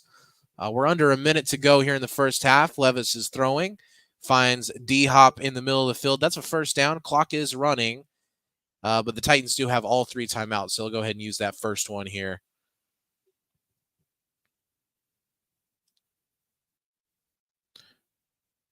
Let me go ahead and let me check in with our second guest here that will come up to start the second half. And again, I'll take kind of a brief break. I'll turn the camera off for a moment while we're at halftime, so I can get up and get a drink of water, go to the bathroom, make sure I don't pee all over myself here during the second half for you guys. But that way we can stay seated the whole time and do our interview with Mr. Mote and watch this game here. First down for the Titans, 48 seconds to go. Levis back to throw. He's going to find a receiver for another first down. That's Kyle Phillips, the receiver. Looks like the Titans are going to use their second timeout, though. It was to the middle of the field, so they weren't able to get out of bounds, stop the clock. So that'll be another first down. Not quite in field goal range yet, I don't think. Let's see where they spotted it. Well, I mean, I don't know how good their kicker is. That would be about a 57-yarder from here. Yeah, down to about the Steelers' 40-yard line. So depending on who your kicker is, you might actually be able to already kick it from here. Now, obviously, I'm sure they're not just going to settle for a 57-yard field goal. So they'll still obviously keep trying to move this ball as close as they can get it. But 1 timeout remaining now, 42 seconds to play in this half. It's Nick Folk. You're right, Hayden. Yep, I was just looking that up. I was looking up the roster right now. Hayden says Nick Folk doesn't miss. Well, I'll tell you as a Cowboys fan, that is not accurate. That's why the Cowboys cut him once upon a time. That's Kyle Phillips with another catch for a first down, by the way. Titans are in pretty safe field goal range now. I'd have to say, if Nick Folk misses from here, he might not have a job. He might not have a job going forward. But, man, Will Levis is looking really comfortable right now. He's having time to throw. They're protecting him pretty well. He hasn't been under pressure at all this drive. Tonight so far, looking very well. Like I said, doesn't have a touchdown yet, but he hasn't looked rattled in a while. Excuse me. Sorry about that, guys. I had to sneeze there.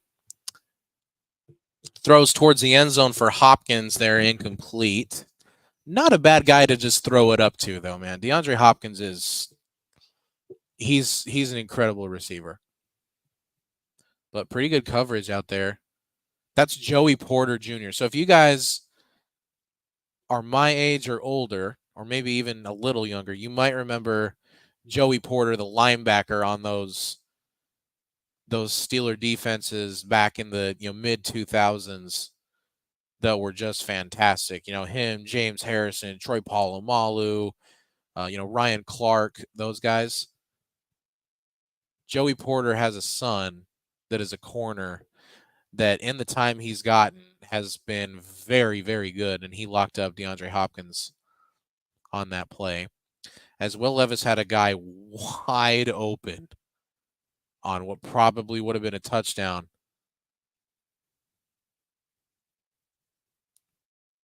That linebacker or the running back kind of snuck out of the backfield.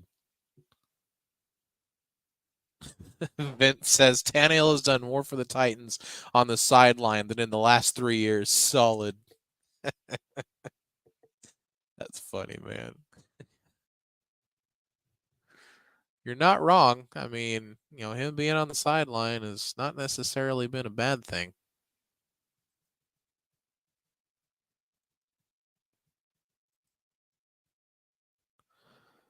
So they will have to settle for a field goal. Not able to get into the end zone here. But Will Levis does get him down the field in field goal range. And that's big. I mean, they're going to take a lead to the half, and they're going to get the ball to start the second half. So kind of able to go 2 for 1 here as long as Nick Folk doesn't, shake a doesn't absolutely shank a chip shot field goal.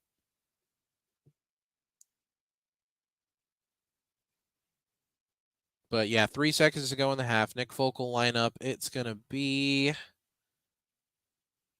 pretty short field goal. Again, they got down, 36 yards. So most NFL kickers, this should be basically automatic. And they're right in the middle of the field, not kicking from a hash mark. Snap good, hold is down. Nick Folk puts it right down the middle, and the Titans will take a 13-10 lead to the half. Thanks so much for you guys that have stuck around here for this whole first half. I'll be back in just a few minutes, but thank you guys. I'll go ahead and turn my camera off and put myself on mute for just a couple minutes. Go fill up my water cup here, take a quick bathroom break, and be right back with you. And we'll have our next guest to start the second half. Thanks, you guys.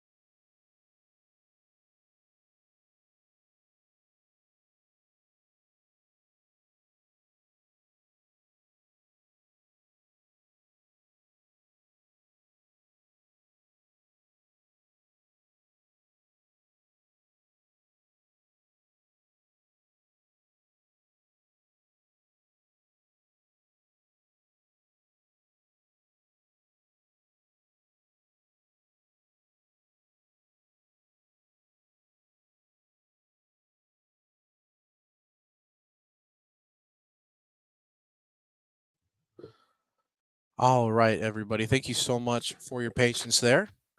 Apologize for jumping off there for a few minutes. We are at halftime for those of you that have not been following along or maybe just are tuning in here. But we are about to get rolling with our next guest here.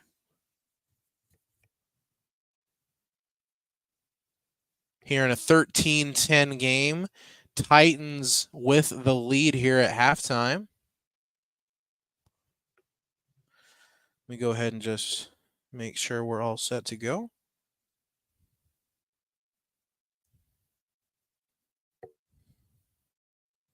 Perfect. You can always, if you have not done so already, share this with a friend who may be interested in watching the show or also possibly in listening to the conversation that we will now be having with William Mote once he does jump on here in a couple minutes. Had an awesome conversation with Zayne Anderson, who, again, former BYU Cougar, was a high school classmate of mine at Stansbury High School in Utah. But a defensive back for the Green Bay Packers currently. All right, but we now will have our next guest join us. As I kind of briefly mentioned before, he is the long snapper for the University of Georgia Bulldogs, a former Spain Park Jaguar. That is actually where I first met him. A two-time national champion, one-time SEC champion, All-SEC second team in 2022, and preseason All-SEC third team in 2023. Also a Patrick Manelli Award watch list member, which is the award for the best long snapper in the country. But without further ado, ladies and gentlemen, William Mote. What up, Siege? How you doing, man? How's it going, man? Living the dream. Great to have you on. Thanks so much for taking some time. I know it's late, so I apologize for having you on so late, but I'm glad you took a couple minutes at least to jump on with me tonight, man. For sure, this is gonna be a great time. I've never done so well. I've been on the radio, but nothing like this. Awesome, man. Well, I appreciate you taking some time out of your busy schedule, man. I mean, let's jump right into it. I mean, you play for right now the premier program in college football, right? I mean, you guys are two-time defending national champions. You have a job as a long snapper that is so underappreciated, I think, in the game of football. I don't think people understand how hard it is to do what you do. Can you talk about what it's like being a long snapper and just kind of let the people know that maybe don't know a whole lot about what you do? How hard is that job, especially in a place like Georgia, and especially when you're playing SEC competition week in and week out? Um, you know, uh, it's definitely not easy. The standards perfection every time, obviously, which is it's hard to meet. One, it's not as taxing on the body as other Yeah, positions, sure. clearly. But what I would say is and this is the best way to relate it, is it's like golf, and in that you have to be consistent on every swing and you only have one shot, if that makes sense. You know what I mean? Like this Yeah. shot could really mess up this whole play or really couldn't. And but I enjoy it so much. It's challenging here, but then again, it also makes me a lot better as a snapper in general, going to a program like this where at Georgia we've got such a high standard where it has to be perfect every time, and we even have a standard of I have to block SEC players, Yeah. even on punts and in field goals. But on punts, it's a lot like we do a similar style to the NFL where the snapper has to be in pass or not pass protection but punt protection on certain calls and certain formations. But I've enjoyed it, and it's just a blessing to do my job, honestly, though.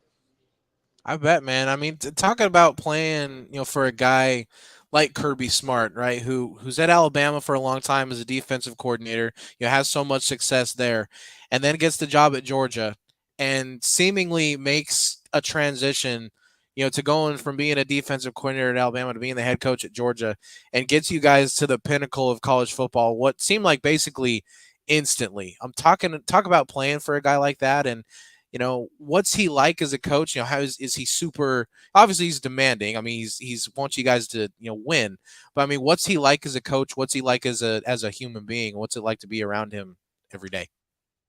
Um, Coach Smart, he's intense, and like you said, he's demanding, Sure. obviously. And the intensity isn't in a manner that he expects us to do something that's unachievable, but something that's obviously achievable. Like, as long as we keep working, he's probably in that building the first one up and the first one out. You know what I mean? Like, first Yeah. one in the building, first one out of the building. Sure. He's intense, and he's remarkable. He's a great coach, and that he's remarkable in what he remembers and what he knows and how much film he watches and what he analyzes in a player. He knows what he can get out of each and every one of his players. And that's what he works to get every day. And it's awesome because in practice he's on the mic and it doesn't matter who you are. If you're Yeah. doing something that's not to his standard, he's gonna let everybody know that you're not doing it, even if there's plenty of scouts at practice. Like, he doesn't care. It's his practice. He demands it, and it makes everybody better for it. He's a great coach. Absolutely. Well, talk about being at a place like Georgia, right? Where obviously, like I said, you guys have won, multiple national championships in the last few years, and you guys, are sending guys to the NFL left and right. Talk about being a part of such a successful program. And you mentioned, having scouts at practice. What's that like? I mean, obviously, you want to practice well, anyway, but what's it like when you've got NFL scouts watching not just games, but practice? What's that like? For me, and it takes time for me to like kind of take a step back and realize it, but it's honestly surreal in that, you know, in middle school and in high school, I was sitting there wishing that one day and just dreaming about a day where I'd get to play in a national championship or even have that chance. Growing up and watching SEC football players that you were like, wow, that guy has got it going on. Whether it was Tim Tebow or Johnny Manziel or Cam Newton, those guys. And it's honestly surreal to take a step back and realize that, wow, like I've been able to do that, and it's been such a blessing to me that I'm in that point now in my life where like I can achieve those things here at Georgia, and it's honestly the scouts being at practice. It's Yeah. almost like in high school whenever a college coach was at practice. You know what I mean? It's kind of Yeah. like just the next step, which is awesome as well. We've got this game on right now, and like I can Yeah. list guys that are out there that I'm actually friends with that are playing on the teams. Guys Right. that I played with last year, guys that I've known since middle school, like George, like those Right. guys. Yep. I mean, and you sit there and you wonder, and especially in the SEC, it's awesome. You really can see how in certain places, college football players that are dominant in their conference, like the SEC, and dominant at schools that they're at, like Georgia or Alabama or even Clemson, Ohio State, schools like that. And there's like they're doing so well in the NFL. It's awesome to see because you get to see the grind from players like a guy like Broderick Jones that's playing right tackle for the Steelers right now. Like, Mm-hmm. nobody knew the story before he got there, but Yeah. he's a grinder. You know what I mean? Like, there's just guys, and you love to see it. Kearis Jackson made the 53-man roster for the Tennessee Titans, and I'm pretty sure he was a free agent this past year. It's his rookie season, Mm-hmm. and it's awesome to see because it's honestly like the next step. Like high school, you love to see those guys move on and play college football, but right now it's the same thing, which is, and fortunately enough, I go to a school like Georgia, like you said, where I mean, I still have plenty of teammates that are playing currently and probably going to play for the league next year as well. So I'm blessed for sure. Absolutely, man. Yeah, I was actually going to ask you about about George, because George is a guy just like you said. You've known him since middle school, right? You were teammates in 8th grade before he went on to play at Hoover High School, and then you guys are teammates again in college, and now you get to watch him in the NFL. Talk about again, like, how cool is it to see the progression of these guys from guys that you've known from a young age like that to watch them playing on Sundays, or I mean in this case Thursdays. But what's that like to know that you might be the next guy as well, playing on that level as well? You know, it's awesome to see those guys achieve what they've worked so hard for, because college football, I think a lot of people, um, I mean, people know that college football players work a lot, but even then, they underestimate, I believe, the schedule that a college football player has, especially when you're freshman, sophomore year, and you're coming straight from high school, where a lot of things that your mom, your siblings, or whatever your situation is, they would do for you. Like, Yeah. but here, you're on your own. You've got to do a lot, and you've got to grow up real quick almost. But it's been awesome, and hopefully, um, in the next couple months, I'll be able to join some of my teammates. That's something I'd look forward to, is like trying to still work hard, and I'm in the last little effort of it. I still have another season of eligibility, and but it's tough to stay in college football for 6 years, and Yeah. hopefully in the next year I'll get to have a shot, and maybe I'll be blessed with another opportunity to play the game. But I really enjoy seeing my teammates and guys that I've grinded with and workouts, and got to know on a personal level. I love to see them have success in the NFL for sure. For sure, man. It's got to Yeah. be cool. I mean, I have two guys that I went to high school with that play in the NFL right now. One on the Packers, and Sua Opeta, that has been starting on the offensive line all year for the Eagles. And yeah, I mean it's awesome to be able to see people that you, just like you said, know on a personal level, achieving a dream. I mean, it's so unlikely that a human being will play in the NFL. And I'm sure being able to see people on a personal level like that, and just like you said, people you've grinded with, that you've won national championships with, and sweat and bled with, during the off season workouts and things like that. It's got to be an awesome feeling. But I want to take this question. I'm not sure if you can see this question that just popped up on the screen here from my brother Mason, but let's go ahead now. I want to ask this because I think that was pretty clever. Does it ever get weird when grown men bark at you? So this is not the first time I've been asked this question. The thing is they never bark at me. They always bark at the opposing team / opposing fans. Okay. So the barking at each other as a Georgia Bulldog is just non-existent. It's just to go dogs or sick them. Sure. But as soon as they see opposing colors, Yeah. oh, it's like it's amazing. Um, and even then, like, I don't even see a lot of it, because like on Yeah. game days, I'm obviously like either in the hotel or on the bus, but or Sure. on the field or on the sideline, and but it's pretty elite that to see, to be quite honest.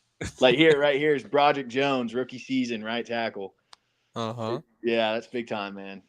For sure, man. Yeah, and I think he's in there because of an injury, but I don't think he's going to be losing that job anytime soon because he's definitely playing at a high level. I was talking with this with my friend that plays for the Packers about just how special of a player you have to be to jump right from college to the NFL and get this much playing time, like like a guy like George did, last year, and like how Broderick Jones is doing now. Will Levis obviously playing quarterback for the Titans, another guy that is just jumping right in there.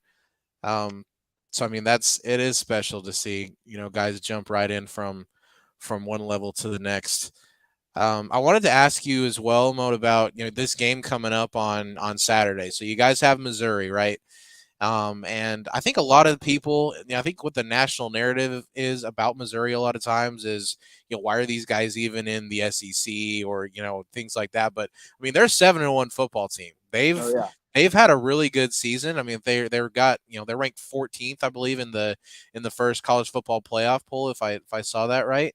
What have you seen from them on film, and what do you expect to see with them coming into Athens on Saturday? You know, they are a very tough team in that they're very old. They've got a lot of returning starters. I think they Hmm. have 8 on offense and 9 on defense. I might have that flipped. Wow. But I think that's the most in the SEC, the most returning starters. And Yeah. they were a good team last year. I don't know exactly what their record was, but in the SEC, I think they were second behind us in the East. In the East, And yeah. you know they have talent on that team. There's guys like Luther Burden and their quarterback that I think his last name's Cook. They're talented. They're a good team and they play really tough. And I've actually gotten to know their head coach on a personal level in high school because he offered me at App State when he was the head coach there. Oh wow. So I met him and their special teams coach, Eric Link. Eric's a great coach as well. He's very he schemes up really well on special teams. My sophomore year they actually blocked a punt on us, but Oh dang. Okay. yeah, yeah. So they're a well coached team, and they're not like the narrative, like you said, that everybody wants to believe about Missouri. Like you said, they're 7-1, and they're a talented team. So we're gonna go into this game knowing that we're gonna have to play good football to win. You can't just roll over in the SEC. I think Coach Smart said it earlier in the season, and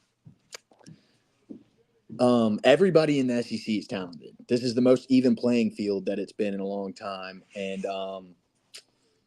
yeah, Missouri's playing great ball right now. So we're gonna have to bring a good game to it. So For sure, man. Yeah, I mean, I've gotten to watch a couple, not the whole game on all the time, but I've gotten to watch Missouri play a few times this year. Yeah, I mean, they're definitely a very very tough team. They've had wins against ranked opponents this year. And I mean, and I'm sure just like every week, you guys get everybody's best shot every single week.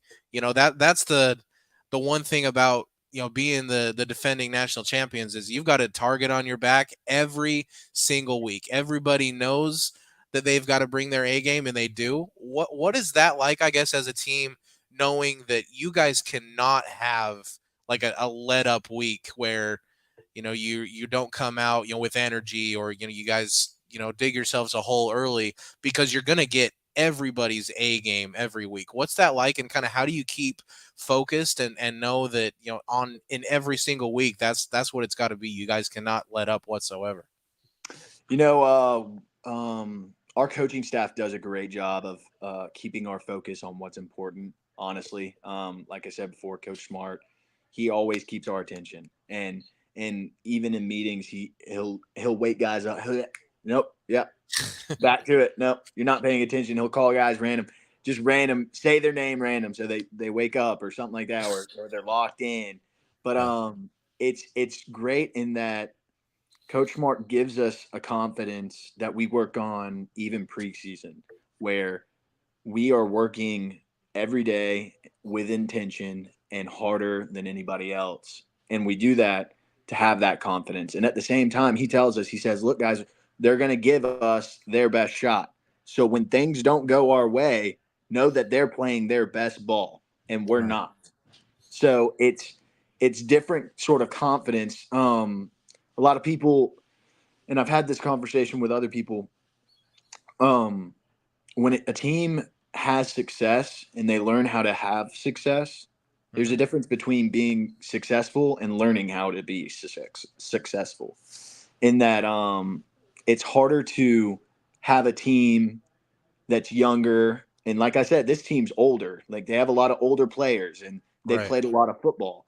But it's harder to get guys to realize that when somebody's up 2 scores, you can still come back from this game. You're not out of it. And on plays like field goal and even kickoff, you can feel a sense of laid backness or oh, we're kind of we're kind of out of this game. But our coaches train us to basically look at where we are in the game and understand that no matter the situation, we're still in it. So I think it's great to realize that we're going to get everybody's best shot in that our best ball, we need to have the confidence can still win us the football game no matter the situation. I think it's something like 4 or 5 of our last 8 games we've been trailing the whole game until like the third or fourth quarter. So Yeah. I think that's a great example of how we need to focus on what the final goal is, and if you're not achieving success now, it will come. For sure. You see that block by George right there? Oh yeah, I just saw it. Yeah. Yeah, it was a nice little block there. There's another guy playing tight end, Darnell Washington. Yeah. Oh yeah, freaking beast, man. Yeah, Big O. Yeah. He's massive. I know that as a Cowboys fan, man, I was hoping the Cowboys would draft him because they lost their tight end in free agency. And I was like, dude, that guy is an absolute beast. Like, he plays with Brock Bowers, so I feel like he probably gets, he didn't get as appreciated as much as he should just because of how good Brock is. I mean, obviously he's incredible. But so is Washington, man. I mean, he's a beast. He's a huge dude. For him to be able to move as well as he does and how big he is, man. He's the same size right now as he was when he was a freshman when he came in. Touchdown, okay. George, for sure. And we've had guys on the team, talented guys. And when he was coming in as a freshman, and even on recruiting trips, we're like, who is that guy? Like, because we'll have guys from the NFL come and visit, watch practice and stuff. Sure. Like, yeah. Who is that dude? And they're like, oh, that's that freshman guy from Vegas. And we're like, freshman? Like, what do you mean he's a freshman? You're telling me he's coming in as a freshman right now? And we'd look around and look at the tight ends and be like, y'all better watch out, son. Right. For real, man. Freshman right there. It's heard crazy. some celebrating there in the background. Sounds like other people are probably watching the game too and saw George score that touchdown. Something you're probably pretty used to seeing, I'm sure. Yeah, there's no doubt. George has made some crazy plays for sure in the NFL. He made crazy plays here. Ooh, and I don't know if they're going to count this though. Yeah, he stepped out, I think. He might have. That's a touchdown at Georgia, but not in Pittsburgh, I don't think, huh? Yeah, he's got to drag those toes. Man, which he's done before, man. But I mean, I remember that long catch he had against Alabama, and I think it was in the SEC championship, I believe. Mm-hmm. That catch was ridiculous. Yeah, that play in the national championship, the long one that you're talking about, it was in the national. He caught the ball on Kool-Aid McKinstry. Yes, he did. Kool-Aid McKinstry's actually from our hometown as well, and Hoover played them. Okay. They played them in high school, and when they did, he made a very similar catch and play on him in high school. And I remember watching both of those plays, and after it happened in the national championship, I looked around and said, it's not the first time I've seen that. No kidding. Yeah. That's awesome. I remember the one play from high school of George that I remember that stands out to me is when you guys at Spain Park, you guys were playing them. He had a punt return touchdown that I swear he broke 11 tackles. Yeah. Like it was the entire punt coverage team that he made miss. Yeah, I think I did not touch him, and that was because I had knee braces on. I'll say to this day that if I had the knee braces off, I was playing O-line at the time. Right. But I was there to make the play, and he made cut left. I had cut left, but knee braces caught, and you know how that goes. All the O-linemen, when your knee braces catch and you're running full speed, it looks like you just got shot by the sniper up in the stands or something. It sure does. Yeah, at least 11 people touched him on that play, and still scored the touchdown. I couldn't believe what I was watching because like I hadn't seen him since middle school, right? And like it's not like he wasn't good in 8th grade, but like to see how how much better and how incredible of an athlete he was on that return. Oh I yeah. mean, that was crazy. I got another comment here from another brother of mine. Austin says knee braces aren't that bad. Coming from another offensive lineman. Yeah, they're not that bad, I guess. I couldn't imagine wearing them now. I remember getting here, Oh and it yeah, was the first practice that I had had without knee braces, and it was like I was free from. right. I was like I could, yeah, let loose or something. It was insane. It was awesome. I'm sure. Yeah, I remember. I hurt my knee real bad, like right before high school. And yeah, I freaking hated.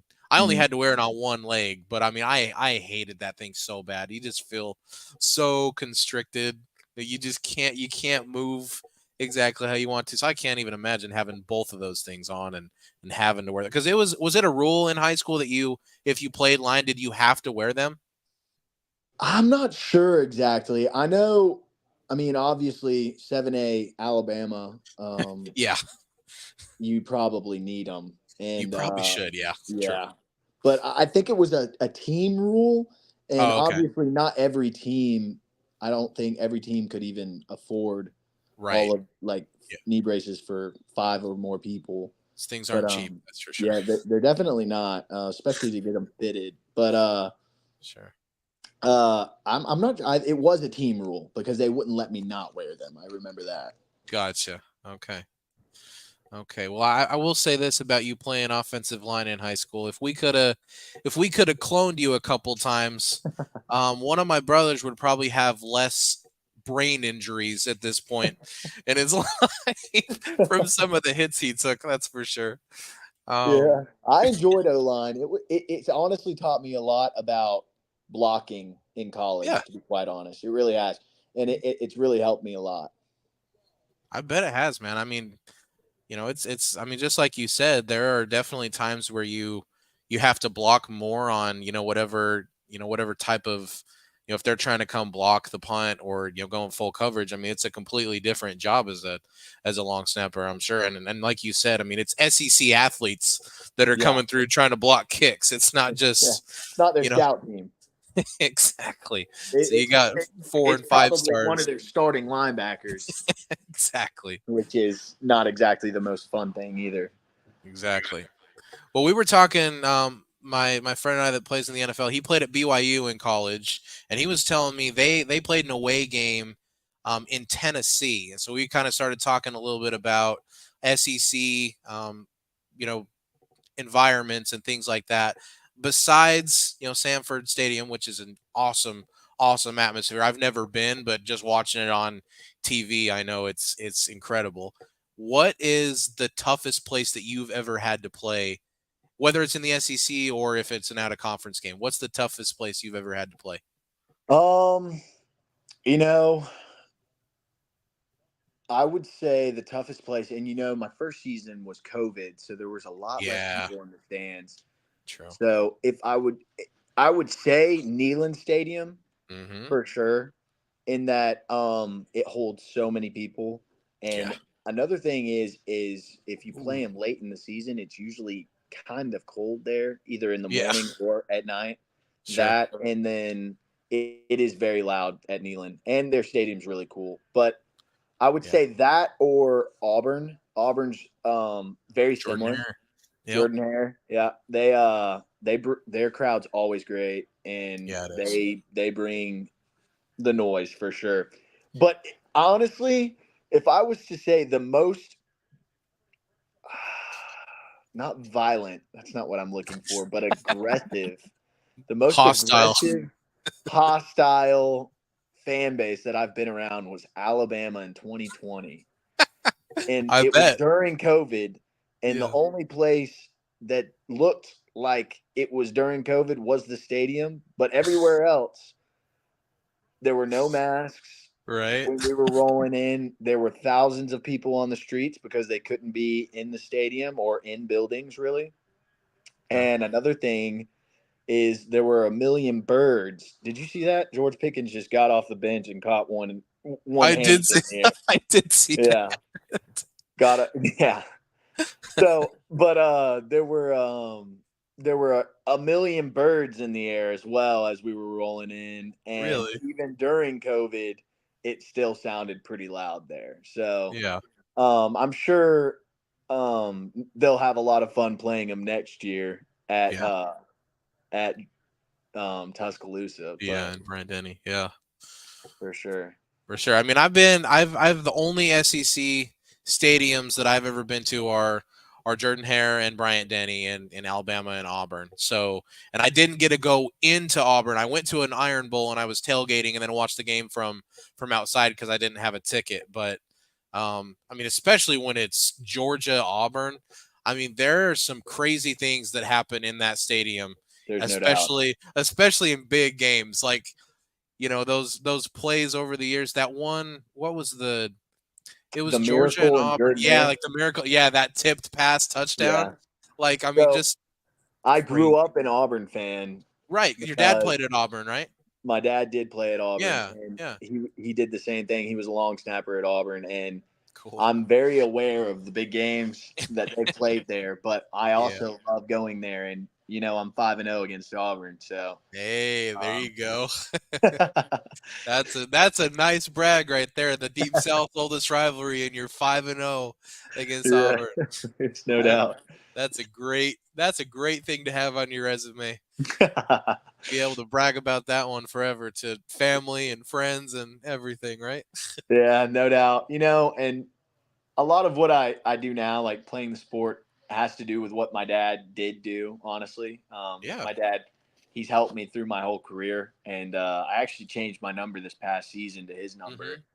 because of that. But That's awesome. he's definitely helped me a lot through all of this and guided me. So I respect that man more than anything else. So That's super awesome, man. I know I got to know your family a little bit. Great people, and that's really cool to hear. Anytime I love asking people, who their role models are, and I love when it's you can hear my mom or my dad or my brother. I always think that that's so cool because your family unit. It's so important that that's strong, right? Because that strengthens everything in your life. I think back to one of the coolest answers in any interview I've ever seen is when the Patriots, of course, the Patriots were in the Super Bowl, right? Shocker. And there's a kid there with his dad that's a journalist, and he lets his kid ask the question to Tom Brady, "Who's your hero?" And he got real emotional and said, "My dad." And that's yeah, that's one of the coolest answers I've ever seen. So whenever I hear that, it makes me tear up a little bit too because I mean I know I feel the same way. My dad's my hero and always has been and always will be. oh yeah, It's my awesome. dad. Yeah, he definitely is. We did the same thing in college, position wise, and Yeah. we can always share stories about um, workouts, and Hmm. he always had it harder than me though. I'll never win that battle. But it's great, and he definitely is my role model, my hero for sure. That's awesome, man. Oh yeah. But I had a question for you. So I know that when you went to Georgia, right, you came in as a preferred walk-on hmm without scholar. Are you on scholarship now? So I was put on scholarship, Uh huh. and then once NIL became a thing, Yeah. I like to help the numbers and everything. I'm not on scholarship now, but I'm also making enough money in NIL to pay for my own school. So Oh, I'm sure you're making more than enough money from NIL at Georgia that you're probably doing just fine, aren't you? no, I mean, I think that whenever those rules came out, it was great for college football. It's going to change the Yeah, game tremendously. But agreed. there's a lot of money that's made off of a lot of people that sweat and work really hard. And before NIL was a thing, they really got nothing for it. Exactly. But now they can almost they can use their own name, image, and likeness to try and help their family situations, Yep. help their situation. It's changed the game of football. So For sure. I think it's done a lot. I think it's made it more of a level playing field too, as far as, it not just being, college football being super top heavy where it's every year it's, Alabama, Georgia, Clemson, Ohio State, like those are the only teams that I feel like ever have a chance to win the national championship.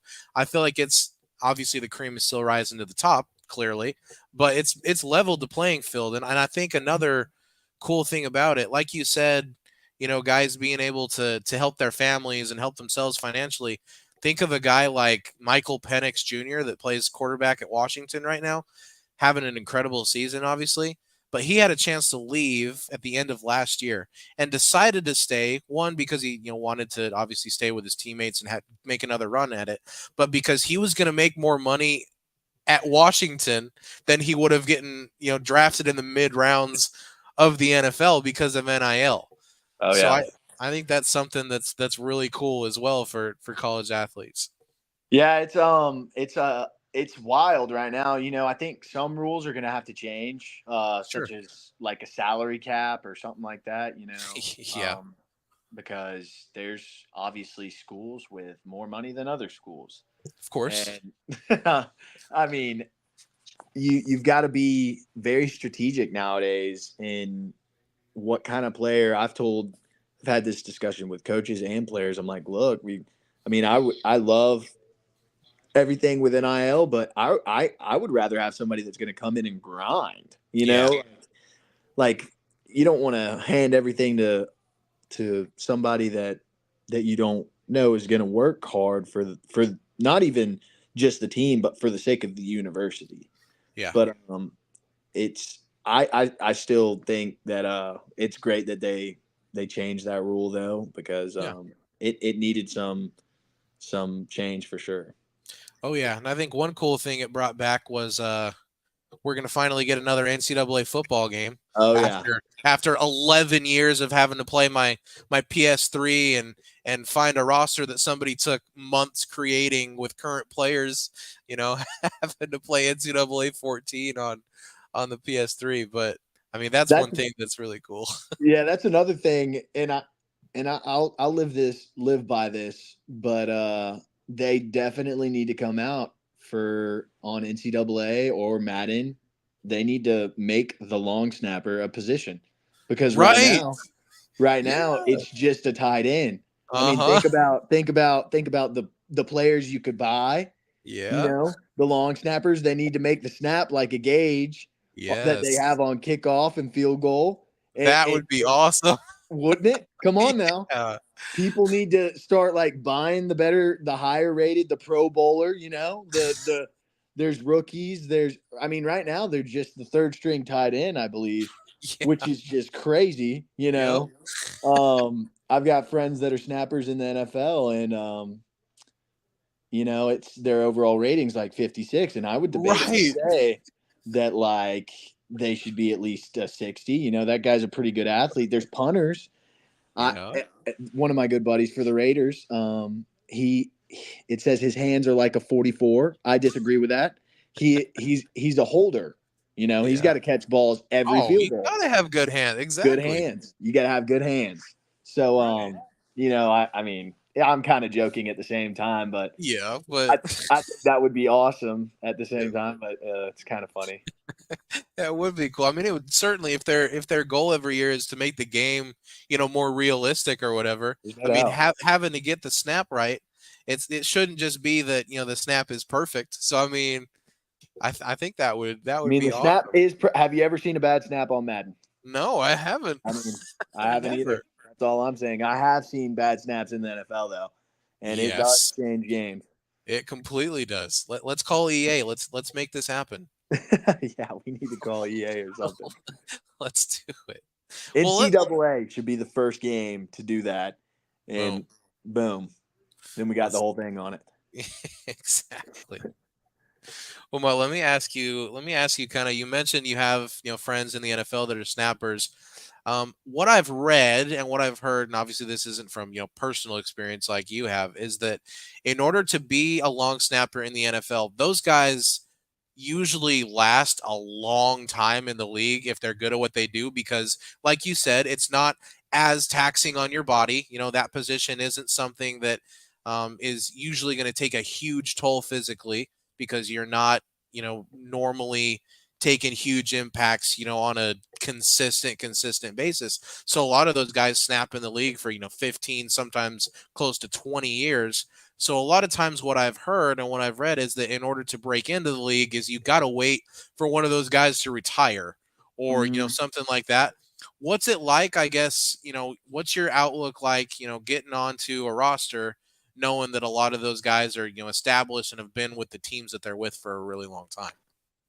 So, Or am I completely off base maybe? I don't no, know. I think you hit it right on the nail head. The best way to put it in my the best way I would put it is that Sure. right now a lot of snappers in the NFL are getting old, and the older, I don't know if, I mean, this is, most people might not know this, but the longer you're in the NFL, your base salary goes up, right? Sure. And so the cheaper option is to get a rookie if you Yeah. can, but the hard thing is to find a rookie that can do the job. And the best way I can put it is that I'm just going to keep working and do the best I can now in hopes that, like, in baseball, they've got the minor leagues, right? So right now I'm just trying to treat my college career as the minor leagues. In Right. that, like, I've got to do the best I can now. I've got to keep working. I've got to keep getting better instead of just staying put or getting worse, because there's not a whole lot of staying put when you're either getting better or worse, sort of thing. So Exactly. my outlook to it is, I'll probably give it maybe a year, and if I get my shot, then I get my shot and I'll make the most of it. But it's something you kind of can't put down for, if you're a specialist, especially. I've Yeah. seen guys come out of the Canadian League and go to the NFL. They played in the Canadian League. They didn't want to. They thought they could have gone to the NFL immediately, but Sure. they've gone to the Canadian League, and then maybe 1 or 2 years down the road, they've gotten their NFL shot and they made it. You know what I mean? Yeah. So I'll probably give it a year, maybe a year and a half, and see where God takes me from there. But right now, I'm kind of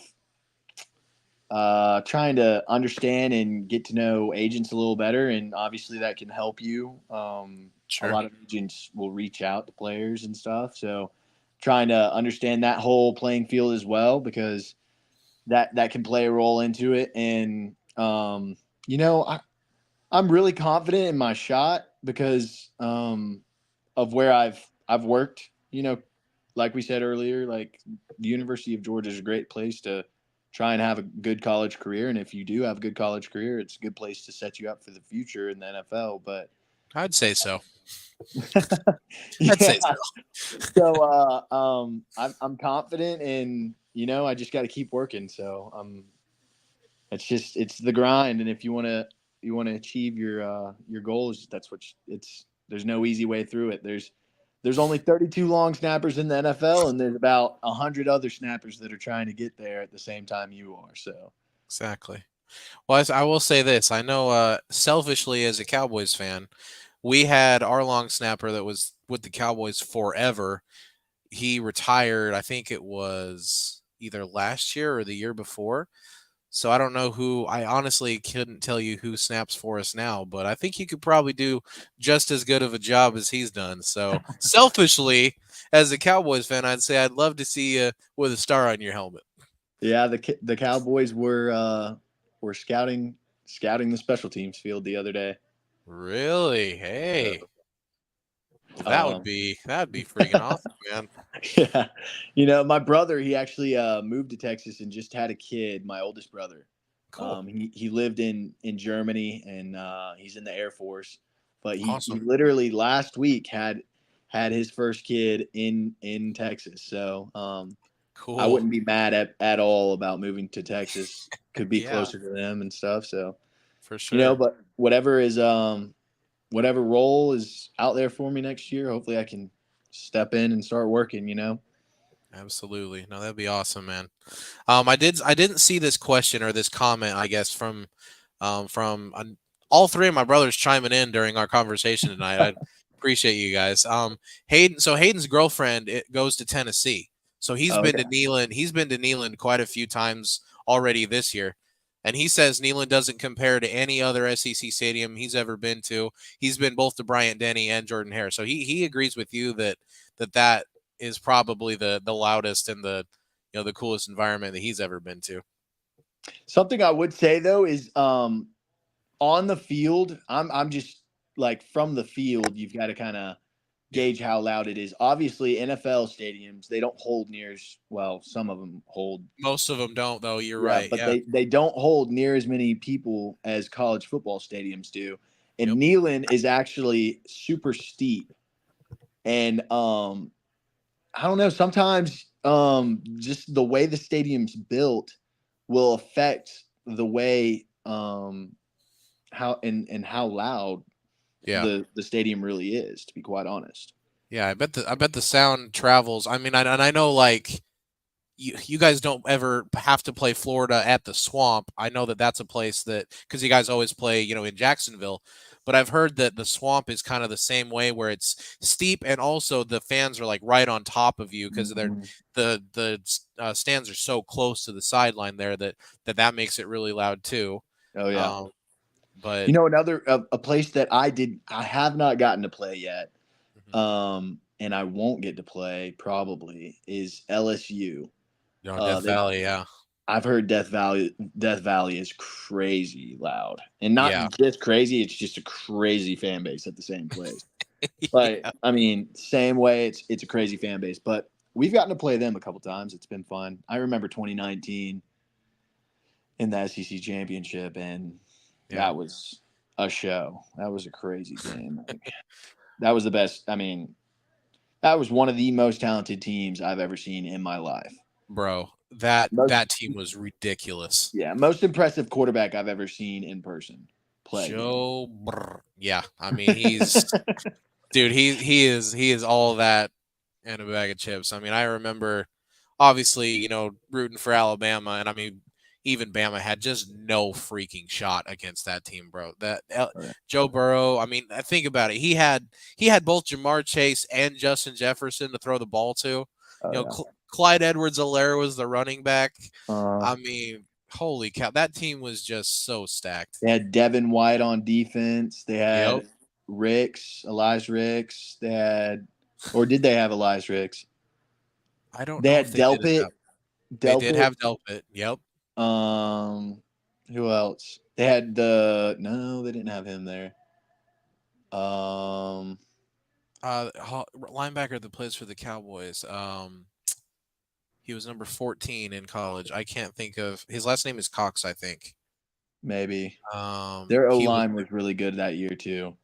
yeah, I would say so. Yeah, that team was so stacked. I would say in my lifetime, that's probably the best college football team I've ever seen as far as NFL talent, like all on one team. I mean, just the offense, right? I mean, yeah, that I'm sure that was crazy playing that team. I would say that they were the best offense. Yeah. For sure. Uh-huh. The best defense, I would have to say, has to go to us probably. I don't think you're wrong. I think you're right on that. I think 2020 us is the best defense in my lifetime, at least. It's hard to say that it's not when I think everybody on that defense is in the NFL right now. Yeah.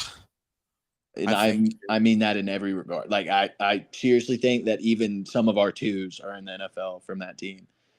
So it's you got Nakobe Dean, Eagles, Jordan Davis, Eagles, Quay Walker, Green Bay. You got Jalen Carter, Eagles. You got Trayvon Walker at the Jaguars.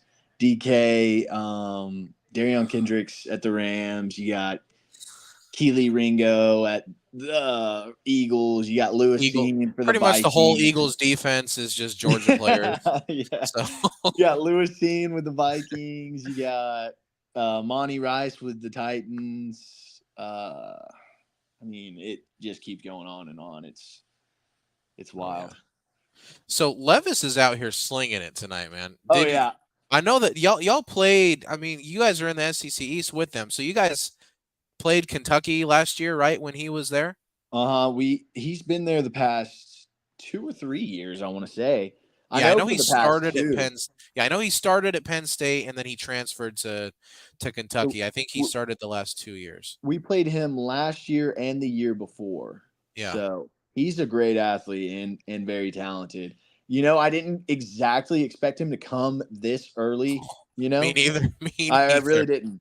No. I didn't know what his transition would look like, but Right. like I said, another example of an SEC player that looks like he's not a great player because he's in the SEC, but gets Right. to the NFL and can still shine. You know what I mean? Like Yeah.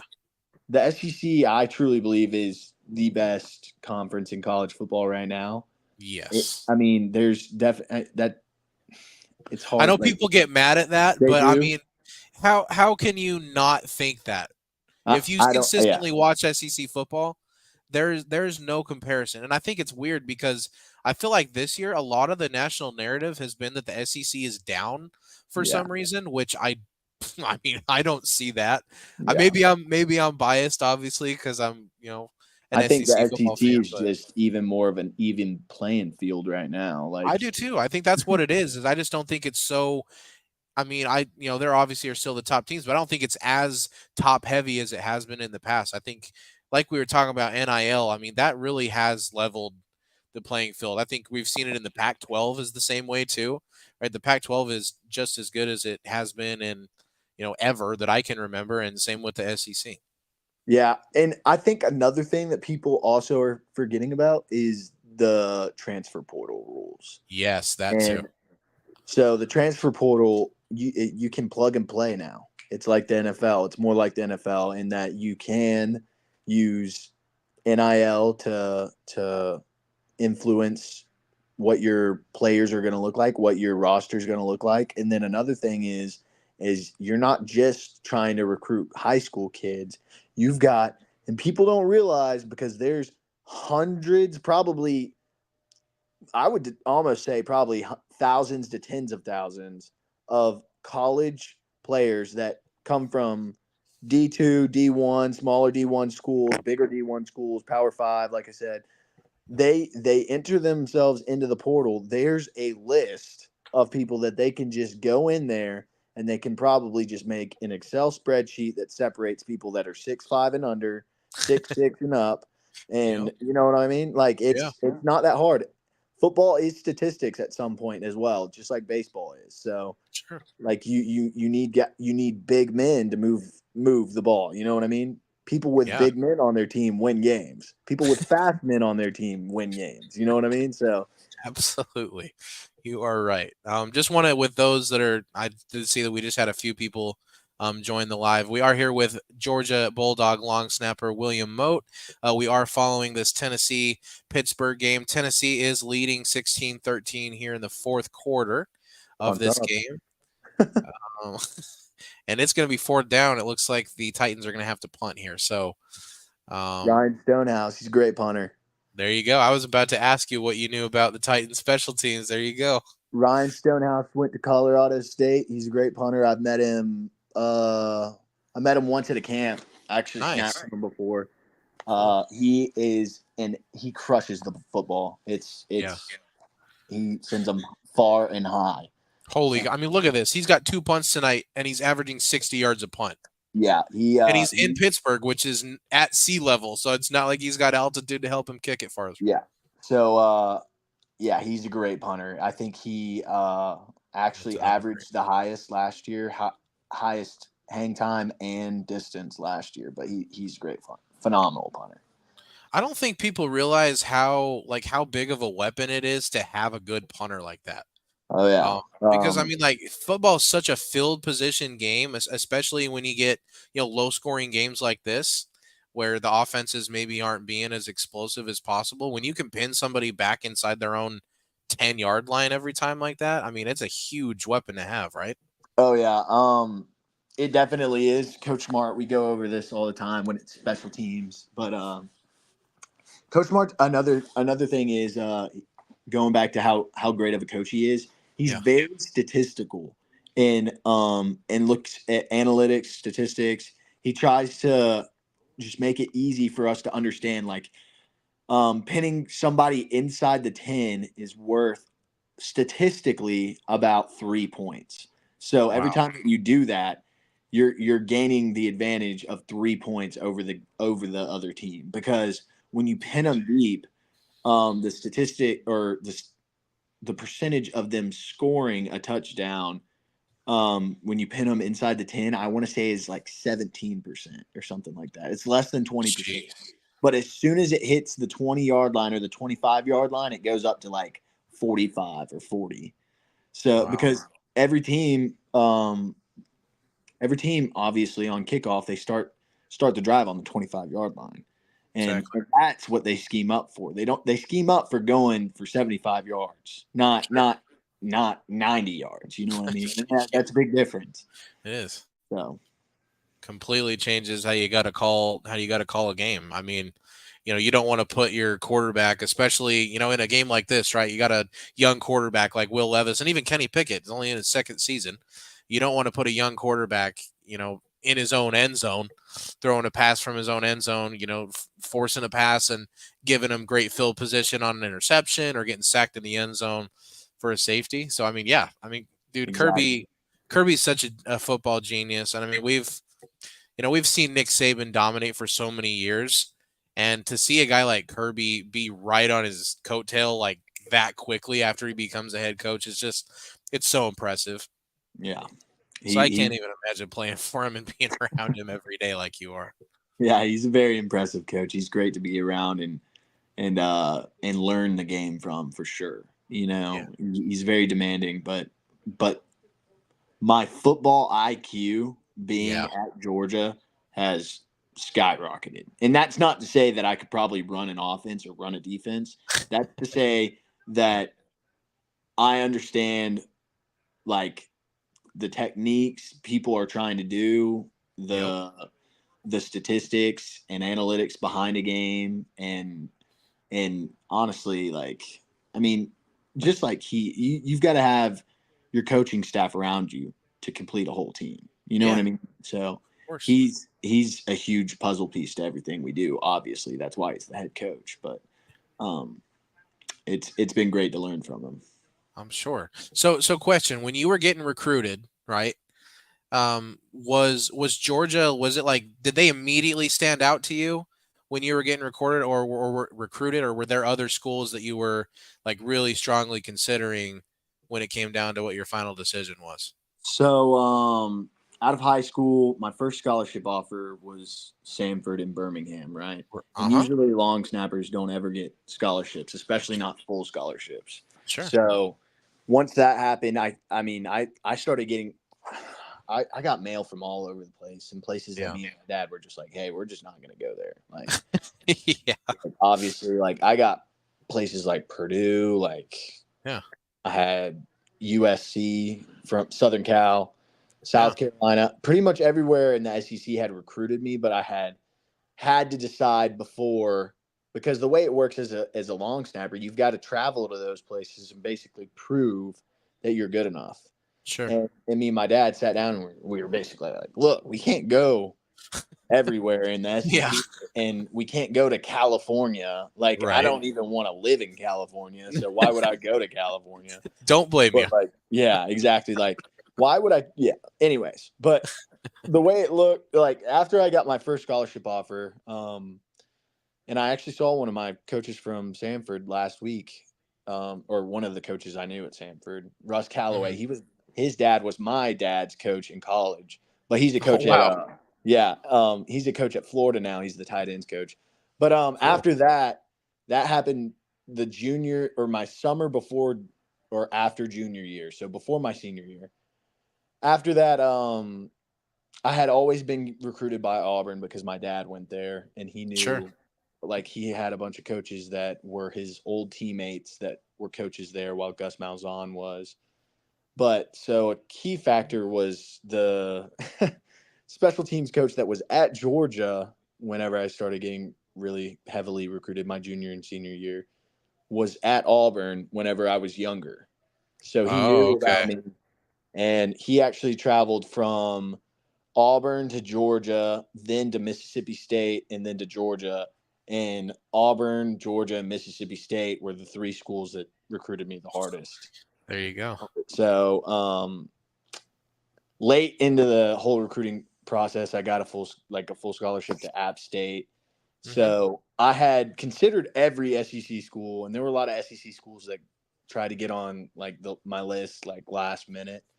But I kind of was like, look, these are the schools that have been recruiting me since I was sophomore, freshman, and like I kind of trust that they want what's best for me, kind of thing. So Sure. I took my official. After I took my official to App State, the week after I took an official to Georgia, and then I decided to commit there the week after. So I knew that Must have Georgia. been a pretty good visit, huh? Yeah, it was a good. It was. I mean, I enjoyed it. I got to Yeah. meet a bunch of the guys that would be in my class, and honestly, I saw they were a bunch of dogs and they were going to work hard. Yeah, for sure. Obviously, and that's exactly what they were. But I enjoyed it a lot, and then I redshirted my freshman year. Really tried to play my freshman year, but that's how the recruiting process kind of worked for me. Yeah. Like specialist, it's a little different, but I enjoyed it a lot. That's awesome, man. Yeah. I can't imagine like having to make that choice because I mean like you look at all the letters. I mean, obviously, like you said, you don't want to live in California, but like USC is such an incredible football brand that I'm sure just even getting that letter has got to just feel so cool. I know Mason kind of went through that process a little bit where he was getting letters and stuff like that, not from any SEC schools and stuff, but it's still cool to know that I'm sure it's cool to know that you're wanted, by all these different schools. It's got to be an awesome feeling. It was in high school, and you know this, but we weren't the most talented high school in our region. Sure. But that's for sure. But we were at practice, and our coaches would bring us our mail. Yeah. Then what I really realized was whenever schools were really interested in you, they wouldn't send it to the school. They would send it to your address, like your home. So I'd start getting mail from like touchdown. I said, USC. Yeah, touchdown, right? Did he step out? I don't know. Maybe. I think he did. He might have. I don't know. That's close. I can't tell either. It looked like it was at the 1. I couldn't see if there was green in between. You know what I mean? Green in between his shoe. Yeah. No, I think his heel's out. Yeah, I think he's going to be down at like just inside the. Yeah, he is down. I think they called him down. And Najee can punch it in on the next play. Oh, no, he didn't. But I started getting mail at school for like I said, from like USC and places like that. And this was like the written letter from their special teams coach sort of thing, like, hey, we'd love you to come to a camp. And I was like, God, California, like it's expensive just to go out there. And that's like not a guarantee at all. Like, exactly. So me and my dad just traveled to the schools. We even got to a point where we flipped a coin on whether we were gonna, because coaches, we were at Tennessee. I had just gone to the camp at Tennessee and snapped to Jeremy Pruitt, not in front of him, but to him. Oh, wow. And that's awesome. Yeah. It was kind of funny. He was like, all right, I'm going to get y'all to snap these to me. And I was like, what? It's like, I'm going to stand back here and get these. And that's a way. Okay. So, but we were at Tennessee, and we got to the point where we flipped a coin because a coach had called me and been like, hey, this is so-and-so from Purdue. We want you to come up, and we're really considering he said, I'll be honest with you, we've got 2 scholarships to give away. We're trying to get a punter, kicker, and snapper. And I was like, well, the snapper's going to get the last of that joint. I was like, right. So we decided to flip the coin, and we actually decided to go to a Mercer camp and then to a Georgia camp the day after instead of going up to Purdue. Nice. But that worked out fine, obviously. So I have no regrets with the decision I made. There were times in my career, like during my freshman year, where I took a step back and kind of was like, what was I thinking? Like, I couldn't see the silver lining at all because I was young and Sure. like I hadn't had to work that way before. But Yeah. I don't regret any decision I made, so I'm thankful for it. Yeah, I bet those two things you can put on your fingers are probably pretty nice to be able to look back and see you were a part of. Oh yeah, it's I mean, it's been historical. This year could be historical too in college football. 100%, man. I'm telling you, it's obviously there's a huge game going on in Tuscaloosa this weekend that could determine, if you guys obviously continue down the path you're on now, who you guys could see in Atlanta. I think that's Mm. probably everybody's expectation at this point, And I know that obviously that's one of your goals as a team, I'm sure, is to get to Atlanta and play for the SEC championship. And, it seems that every time the SEC championship is played, it's always for a spot in the college football playoff, right? I Oh mean, it's yeah, every season. there's no doubt. If you win the SEC championship, you're going. There's no Yeah. way you're. I mean, unless the game changes, flips, and I mean, I don't see how in the next. I guarantee you the next 10. I mean, next year the game's changing. Right. Like The 12, 12 12 playoff, teams. 12 teams. Uh-huh. I'm. That's another reason why I'm kind of glad I'm getting out of it because one thing people don't realize is that's going to extend the season for about Yeah, another it 2 to is. 3 weeks. Yeah, for sure. And fans might love it, but football players are gonna It's true. it's a grind to play 15 games. And in the NFL you're playing what? 16, 18? What is it? 18? 17 in the regular season, and then I 17 in think the I regular think it's season? 3 preseason now. I think they decreased it to 3 instead of 4.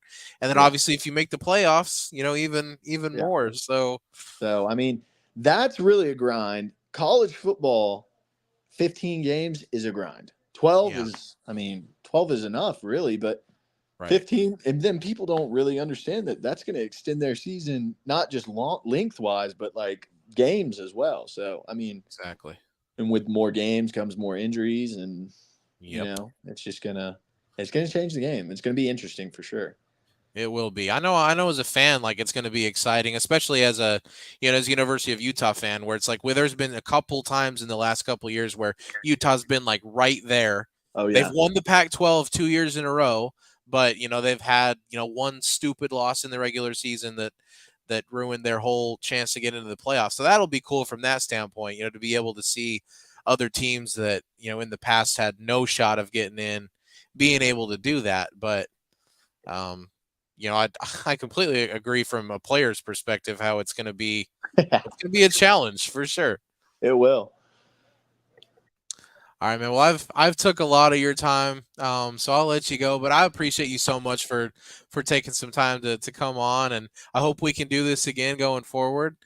I'd love to be able to try and make it out to Georgia to see a game. I know Oh that yeah, I'm pretty sure Mason went out to Georgia to see a game there, and he said it was an incredible atmosphere. So I'd love to get a piece of that at some point too, and go and see that. So I will definitely try my best to get out there by the time you are gone from Athens. That's for for sure. sure. Sounds great, man.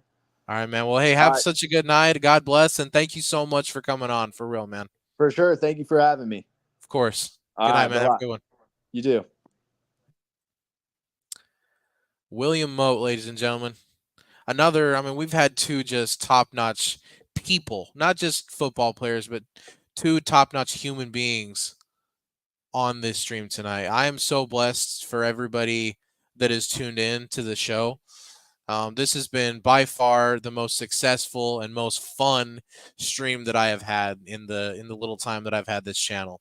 And I hope that going forward, we can continue to grow this thing to where, I can do that more often. I can have, guests like that come on the show more often. I can continue to expand, who I have on, maybe have other, other content creators or other journalists or, other players from other sports, not just football, to come on the show. Because it's a real blessing to be able to talk to people that are. He's a national champion. He's won the last 2 national championships in college football. He plays for the best team in the country right now in Georgia. Whether they're, and I forgot to ask him about this because we kind of got, off what I had my prepared questions to be, but I think the conversation was still awesome, which I was going to ask him, about being ranked number 2, if he kind of felt that was a slap in the face. Because I know for me, right, this is kind of just my way of thinking is somebody's got to knock you off the mountain before you're not, the number 1 team again. And Georgia's undefeated. They've had some close games. They've had some, they maybe haven't looked as dominant as people have expected them. But at the end of the day, the game's about winning. And as long as you got more points than the other team at the end of it, that's all that matters. And Georgia has not lost yet this season. I know that Missouri has been a good team. They really have. I mean, they have a couple wins against ranked opponents. They've played really well. They're, only a 1-loss football team, and they're playing in the SEC East. But I think Georgia at home, I mean, I really like them to be able to probably win the game fairly comfortably. I know that that's probably what's going to happen in this game. But until Georgia loses, I know Ohio State has impressive wins. There's no denying that. They probably just on paper and, by looking at, who they've played and things, probably have the most impressive resume so far. I won't deny that. So I understand why they would be ranked number 1, but, for me, just kind of the way that I think is Georgia has every right to be number 1 as well, just because they are the defending champs and they have not lost a single game yet this season. But we got a really good game here in Pittsburgh, guys. 20-16 Steelers in the fourth quarter. Tennessee's got the football with just under 4 minutes to play. And again, Steelers leading this thing 20-16. For those of you watching, if you have not already done so, please make sure to like and subscribe to the channel. You can always leave your comments as well. I am tracking live comments, and if you guys have any comments on the game or any comments on any of the conversations that we've had with our 2 awesome guests that we've had tonight, and Zayne Anderson from the Green Bay Packers and William Mote from the Georgia Bulldogs, definitely feel free to leave a comment. If you guys want to talk about anything, whether it's related to the game or not, more than happy to do so. That's the point of this show, is to get as much interaction as we can. That's why I do these live shows like that, so that if you guys do put something in the comments, we can talk about it. But this is a big third down right here. Just about 3 minutes ago, clock is running. Titans down 4, so they obviously need a touchdown. This is 3rd and 4. When he snaps this thing, there's going to be about 3 minutes probably left. If he runs his play clock all the way down, it'll be right close to 3 minutes. But Levis in the shotgun, trips to the right side of the formation. Running back next to him, he'll take the snap. He's going to hand to the running back, and he's not even going to get back to the line of scrimmage. Huge play from the Steelers defense right there to make a stop. That's the veteran Patrick Peterson, I believe, that just made that stop. We're now under 3 minutes. Clock is still running. It was Patrick Peterson, yep, who's just been an absolute stud his whole career. One of the best corners of this generation. 4th and 4. This is probably the ball game. The Titans do have all 3 of their timeouts, so, I mean, theoretically, the game wouldn't probably be, all the way over if they don't get this first down, but it's going to be real tough if you give the ball to the Steelers on basically midfield with 2 minutes left. Levis takes the snap. Good protection. Going to fire deep down the left side. Makes the catch. Oh, no, he dropped it. Burns could not hold on the left side. And looks like he may be injured as well. That's not ever good. Not sure if he landed on his shoulder or may have hit his head. But he had Burks down the left sideline, covered by, who was that, Joey Porter? Nope, by Levi Wallace.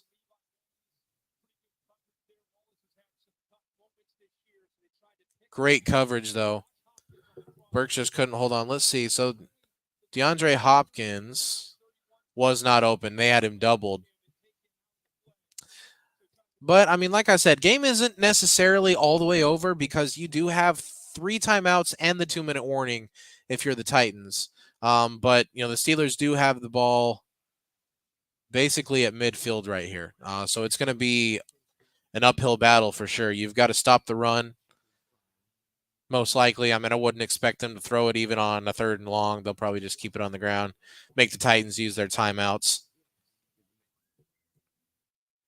But guys, again, I want to thank everybody that's tuned in to this stream. Again, this has been by far, maybe not by far, but this has definitely been the best stream that we've had. I mean, we've had a good amount of viewers live, and hopefully we'll have a good amount of viewers on repeat. I'll try to cut up those, both of those interviews as well, so that we can have just the interview portions with both Zayne and Mote, and I'll post those as separate videos.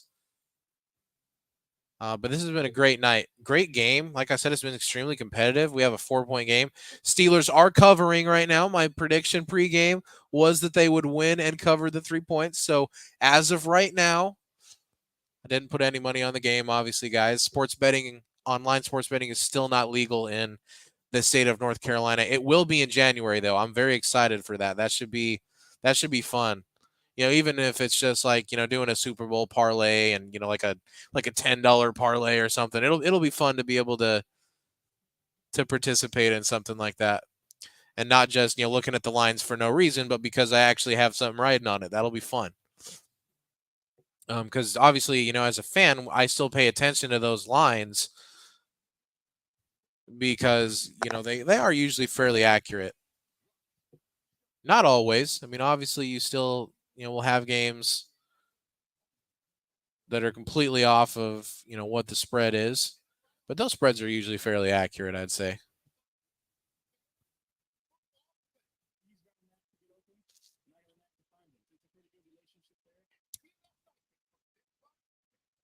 But here we go. Last 2 minutes and change. Oh, man. Oh, they got the card out again, man. This is the second time they've had to have the card out in this game. Oh, he landed on his head. Yeah, he hit the back of his head. Man, I was hoping it was just like that he hurt his shoulder or collarbone, because that's initially what it looked like. But no, Jalen Burks he's going to have to get carted off. This is really sad, bro. This is the second time.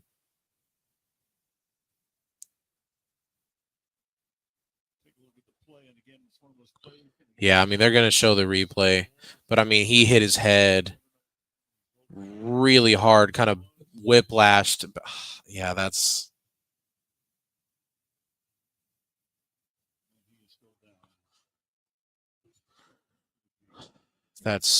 terrible, man. You pray for him. That's obviously a terrible, terrible thing to see. Anytime the cart comes out, it's not good. And this is the second time tonight.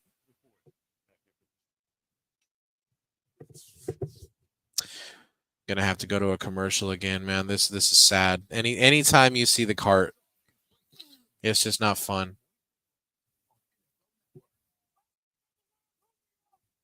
Bro, this Sunday's football slate is gonna be fantastic from morning to night.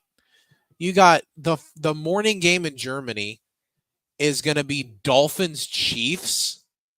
That I'd probably say that's the best international game that the NFL has scheduled so far. Like, I know a lot of people aren't huge fans of the international games. I know it definitely makes it, it's an interesting thing to have to wake up as early as you do to watch those games on a Sunday. But we're gonna have, the 9:30 a.m. Eastern. We're gonna have Dolphins Chiefs on a neutral site and hopefully good weather.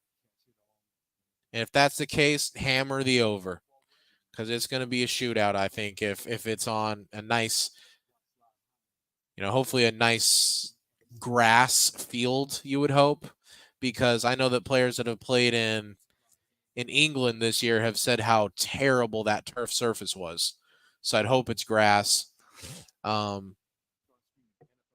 have no understanding as to why they wouldn't play on grass over in Europe. Every single soccer field in Europe is natural grass. So you would hope that they would just play on that natural grass. But man, that's going to be a great game. Then obviously you have your great 1 o'clock slate, and then your 4 o'clock slate led by the the America's Game of the Week is Cowboys and Eagles from Philly.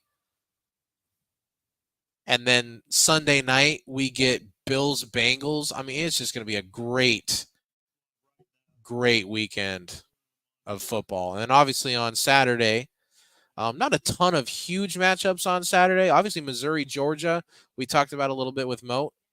That's going to be a great game. I think Georgia obviously will win the football game, but Missouri has been a very good football team. So I think they maybe could keep it close at least for a little bit. Then we'll have obviously Alabama and LSU is the main game. That's the college game day game. It should be a great weekend of football. But we do have Burks getting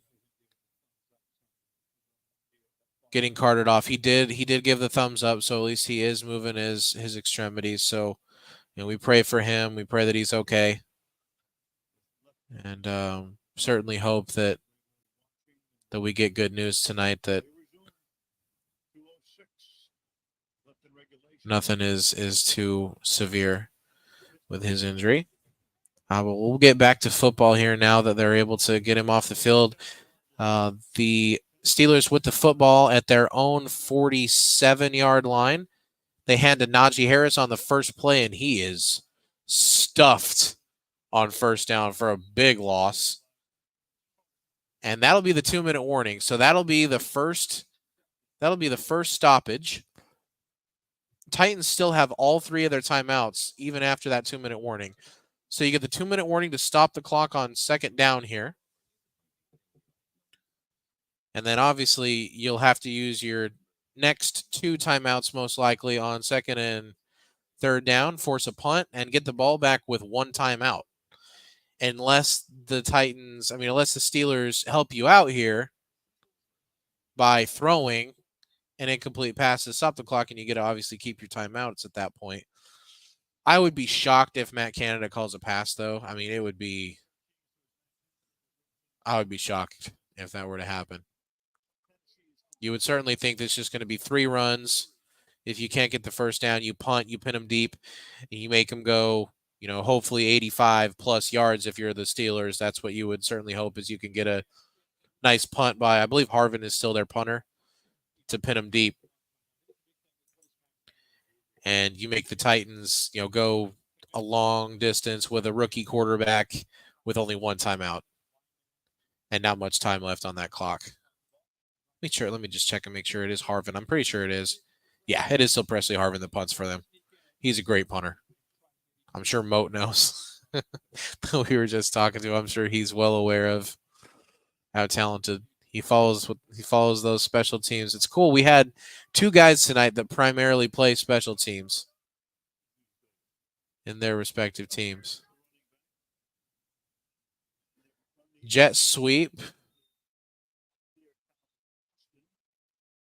Calvin Austin just gets a couple yards. Only takes like 4 seconds off the clock on that play. Got an ambulance. Okay. They are reporting Burks does have full movement in his arms and legs. But they will maybe have to take him in an ambulance to a local hospital just for precautionary reasons and to make sure that he doesn't have anything wrong. Usually they're going to check spinal, any spinal injuries, neck injuries, things of that nature. So you pray for him that everything's okay, but very good sign to hear that he has movement in all his extremities.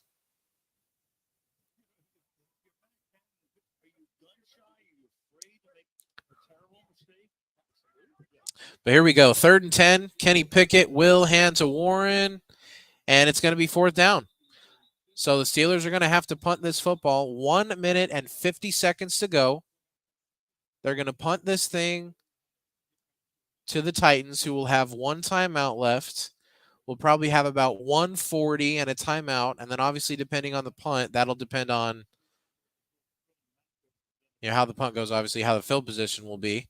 But you would certainly think, I mean, like I said, Harvin is one of the best punters in the league. So you would think he should be able to pin him deep with, relative ease. But we'll see. And here's the punt. See where this goes. Right at about the 15-yard line. So here you go. Titans got to go 85 yards in 1:44 with one timeout. It's not like college where the clock stops on a first down, so they do have to make sure that they get out of bounds. And Will Levis can't hear the play call. That's not good. Oh, looks like he might be okay now. But obviously, I'm sure that stadium's nice and turn up loud. But he couldn't hear that initial play call. You saw him looking over the sidelines going like this and telling him, to run the play call back again. He will stand in the shotgun, 2-by-2 formation with a running back next to him. Levis to the left side. Ooh. Boy, that was almost a ball game. He almost threw it, his first career interception. Now, one thing I do want to point out about the Steelers defense, they're probably missing their second best player on defense, which is Minkah Fitzpatrick.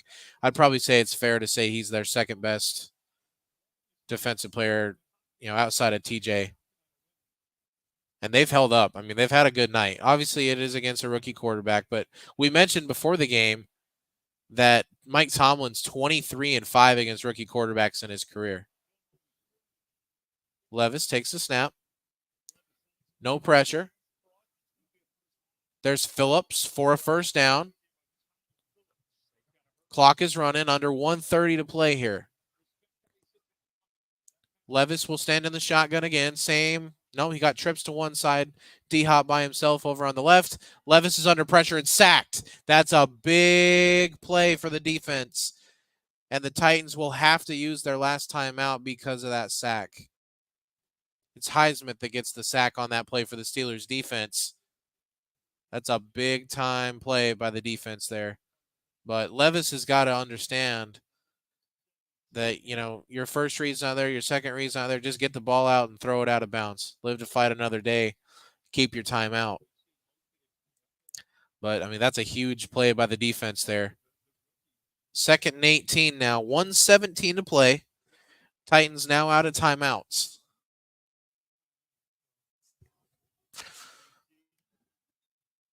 Levis been hit 8 times tonight and sacked 4 times. And now you're on the 19-yard line again. Levis takes the snap. No pressure yet. He's going to roll to his right now. There's a little bit of pressure. Caught by the tight end. He slips. Gets back up and gets nearly to the 30-yard line. Clock is still running. It's going to be 3rd down and haven't said it yet. Hold on. 3rd and 7. Levis takes the snap. Looks middle of the field. Not able to find Phillips. He bounced it into him, so it's going to be 4th and 7 now. 53 seconds to play. This will be the game. Titans need a first down to extend this ball game, or the Steelers will come up with the win.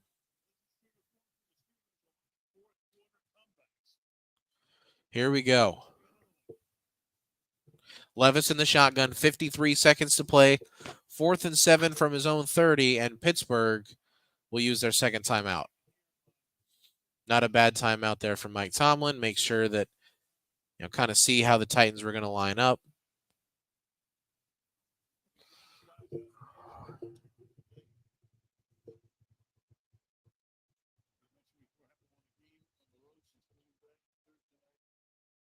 But man, what a night, you guys. I am so grateful for every single one of you that tuned into this stream. So grateful as well to my guests, Zayne and Mote. I appreciate you guys more than you'll ever know. And I hope you guys know, how much fun I had talking to you guys. Just guys talking ball, having regular conversations here.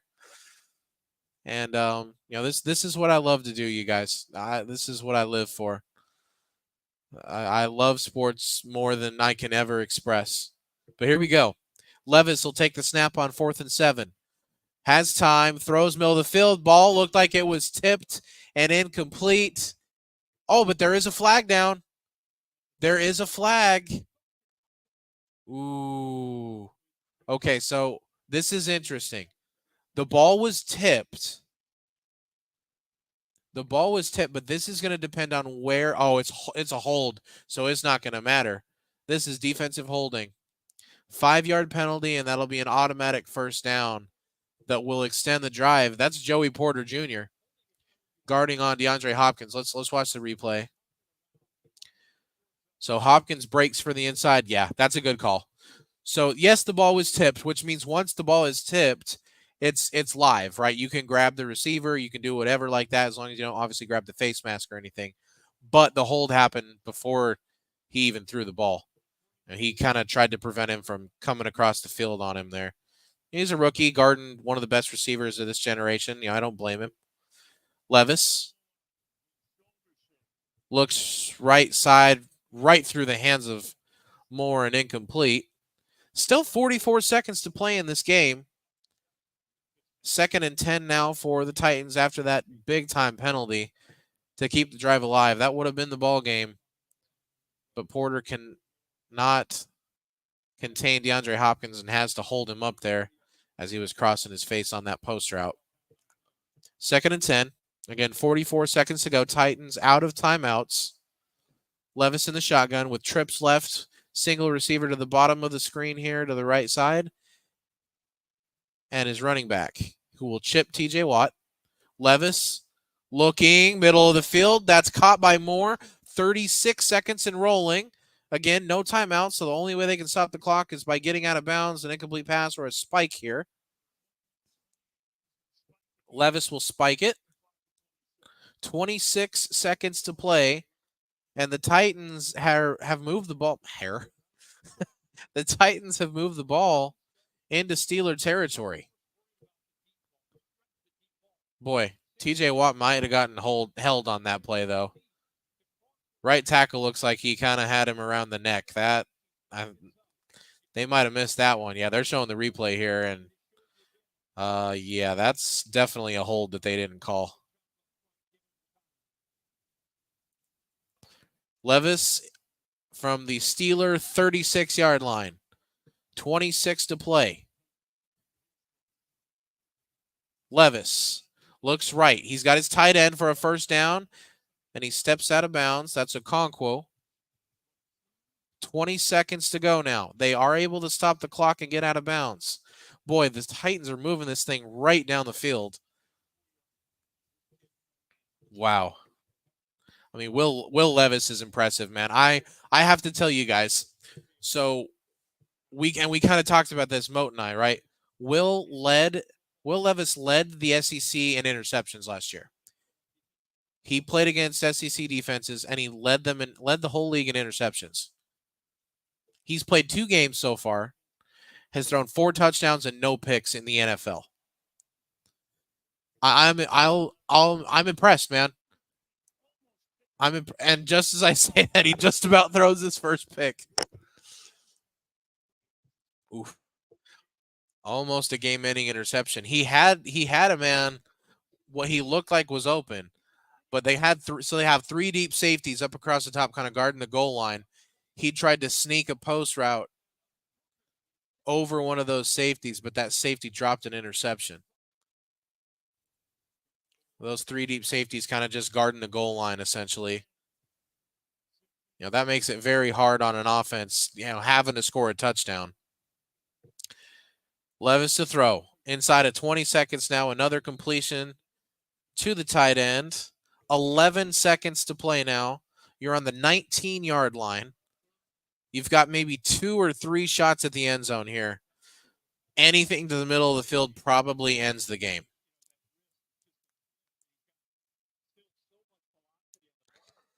Levis will get the play.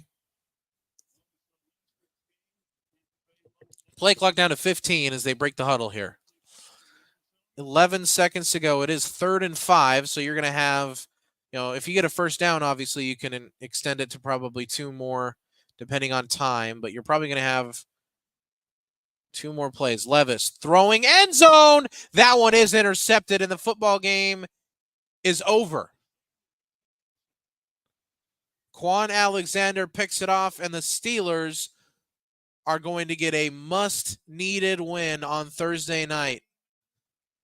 And Mike Tomlin improves to 24-5 against rookie quarterbacks as Levis throws his first career interception. He was kind of playing with fire on that drive. He did throw kind of 3 passes into heavy coverage, 2 that were dropped by the defense, and that one was not. But, yeah, I mean, you watch the replay here. Levis just trying to give his guy a chance. I mean, threw that thing into triple coverage, though. You can't do that. I think he was hoping. Yeah, I mean, he tried to sneak it over a linebacker, but that's a great play. Kenny Pickett takes a knee, and the Steelers, again, will win the football game. I want to thank everybody that joined the stream tonight, whether you're watching this live or whether you're watching this on repeat. God bless all of you. Again, I thank you so, so much for joining this. Please like, share, subscribe to the channel. Final score 20-16 Steelers on a wonderful night here on the Big C Sports Podcast. Have a wonderful evening, everybody, and God bless.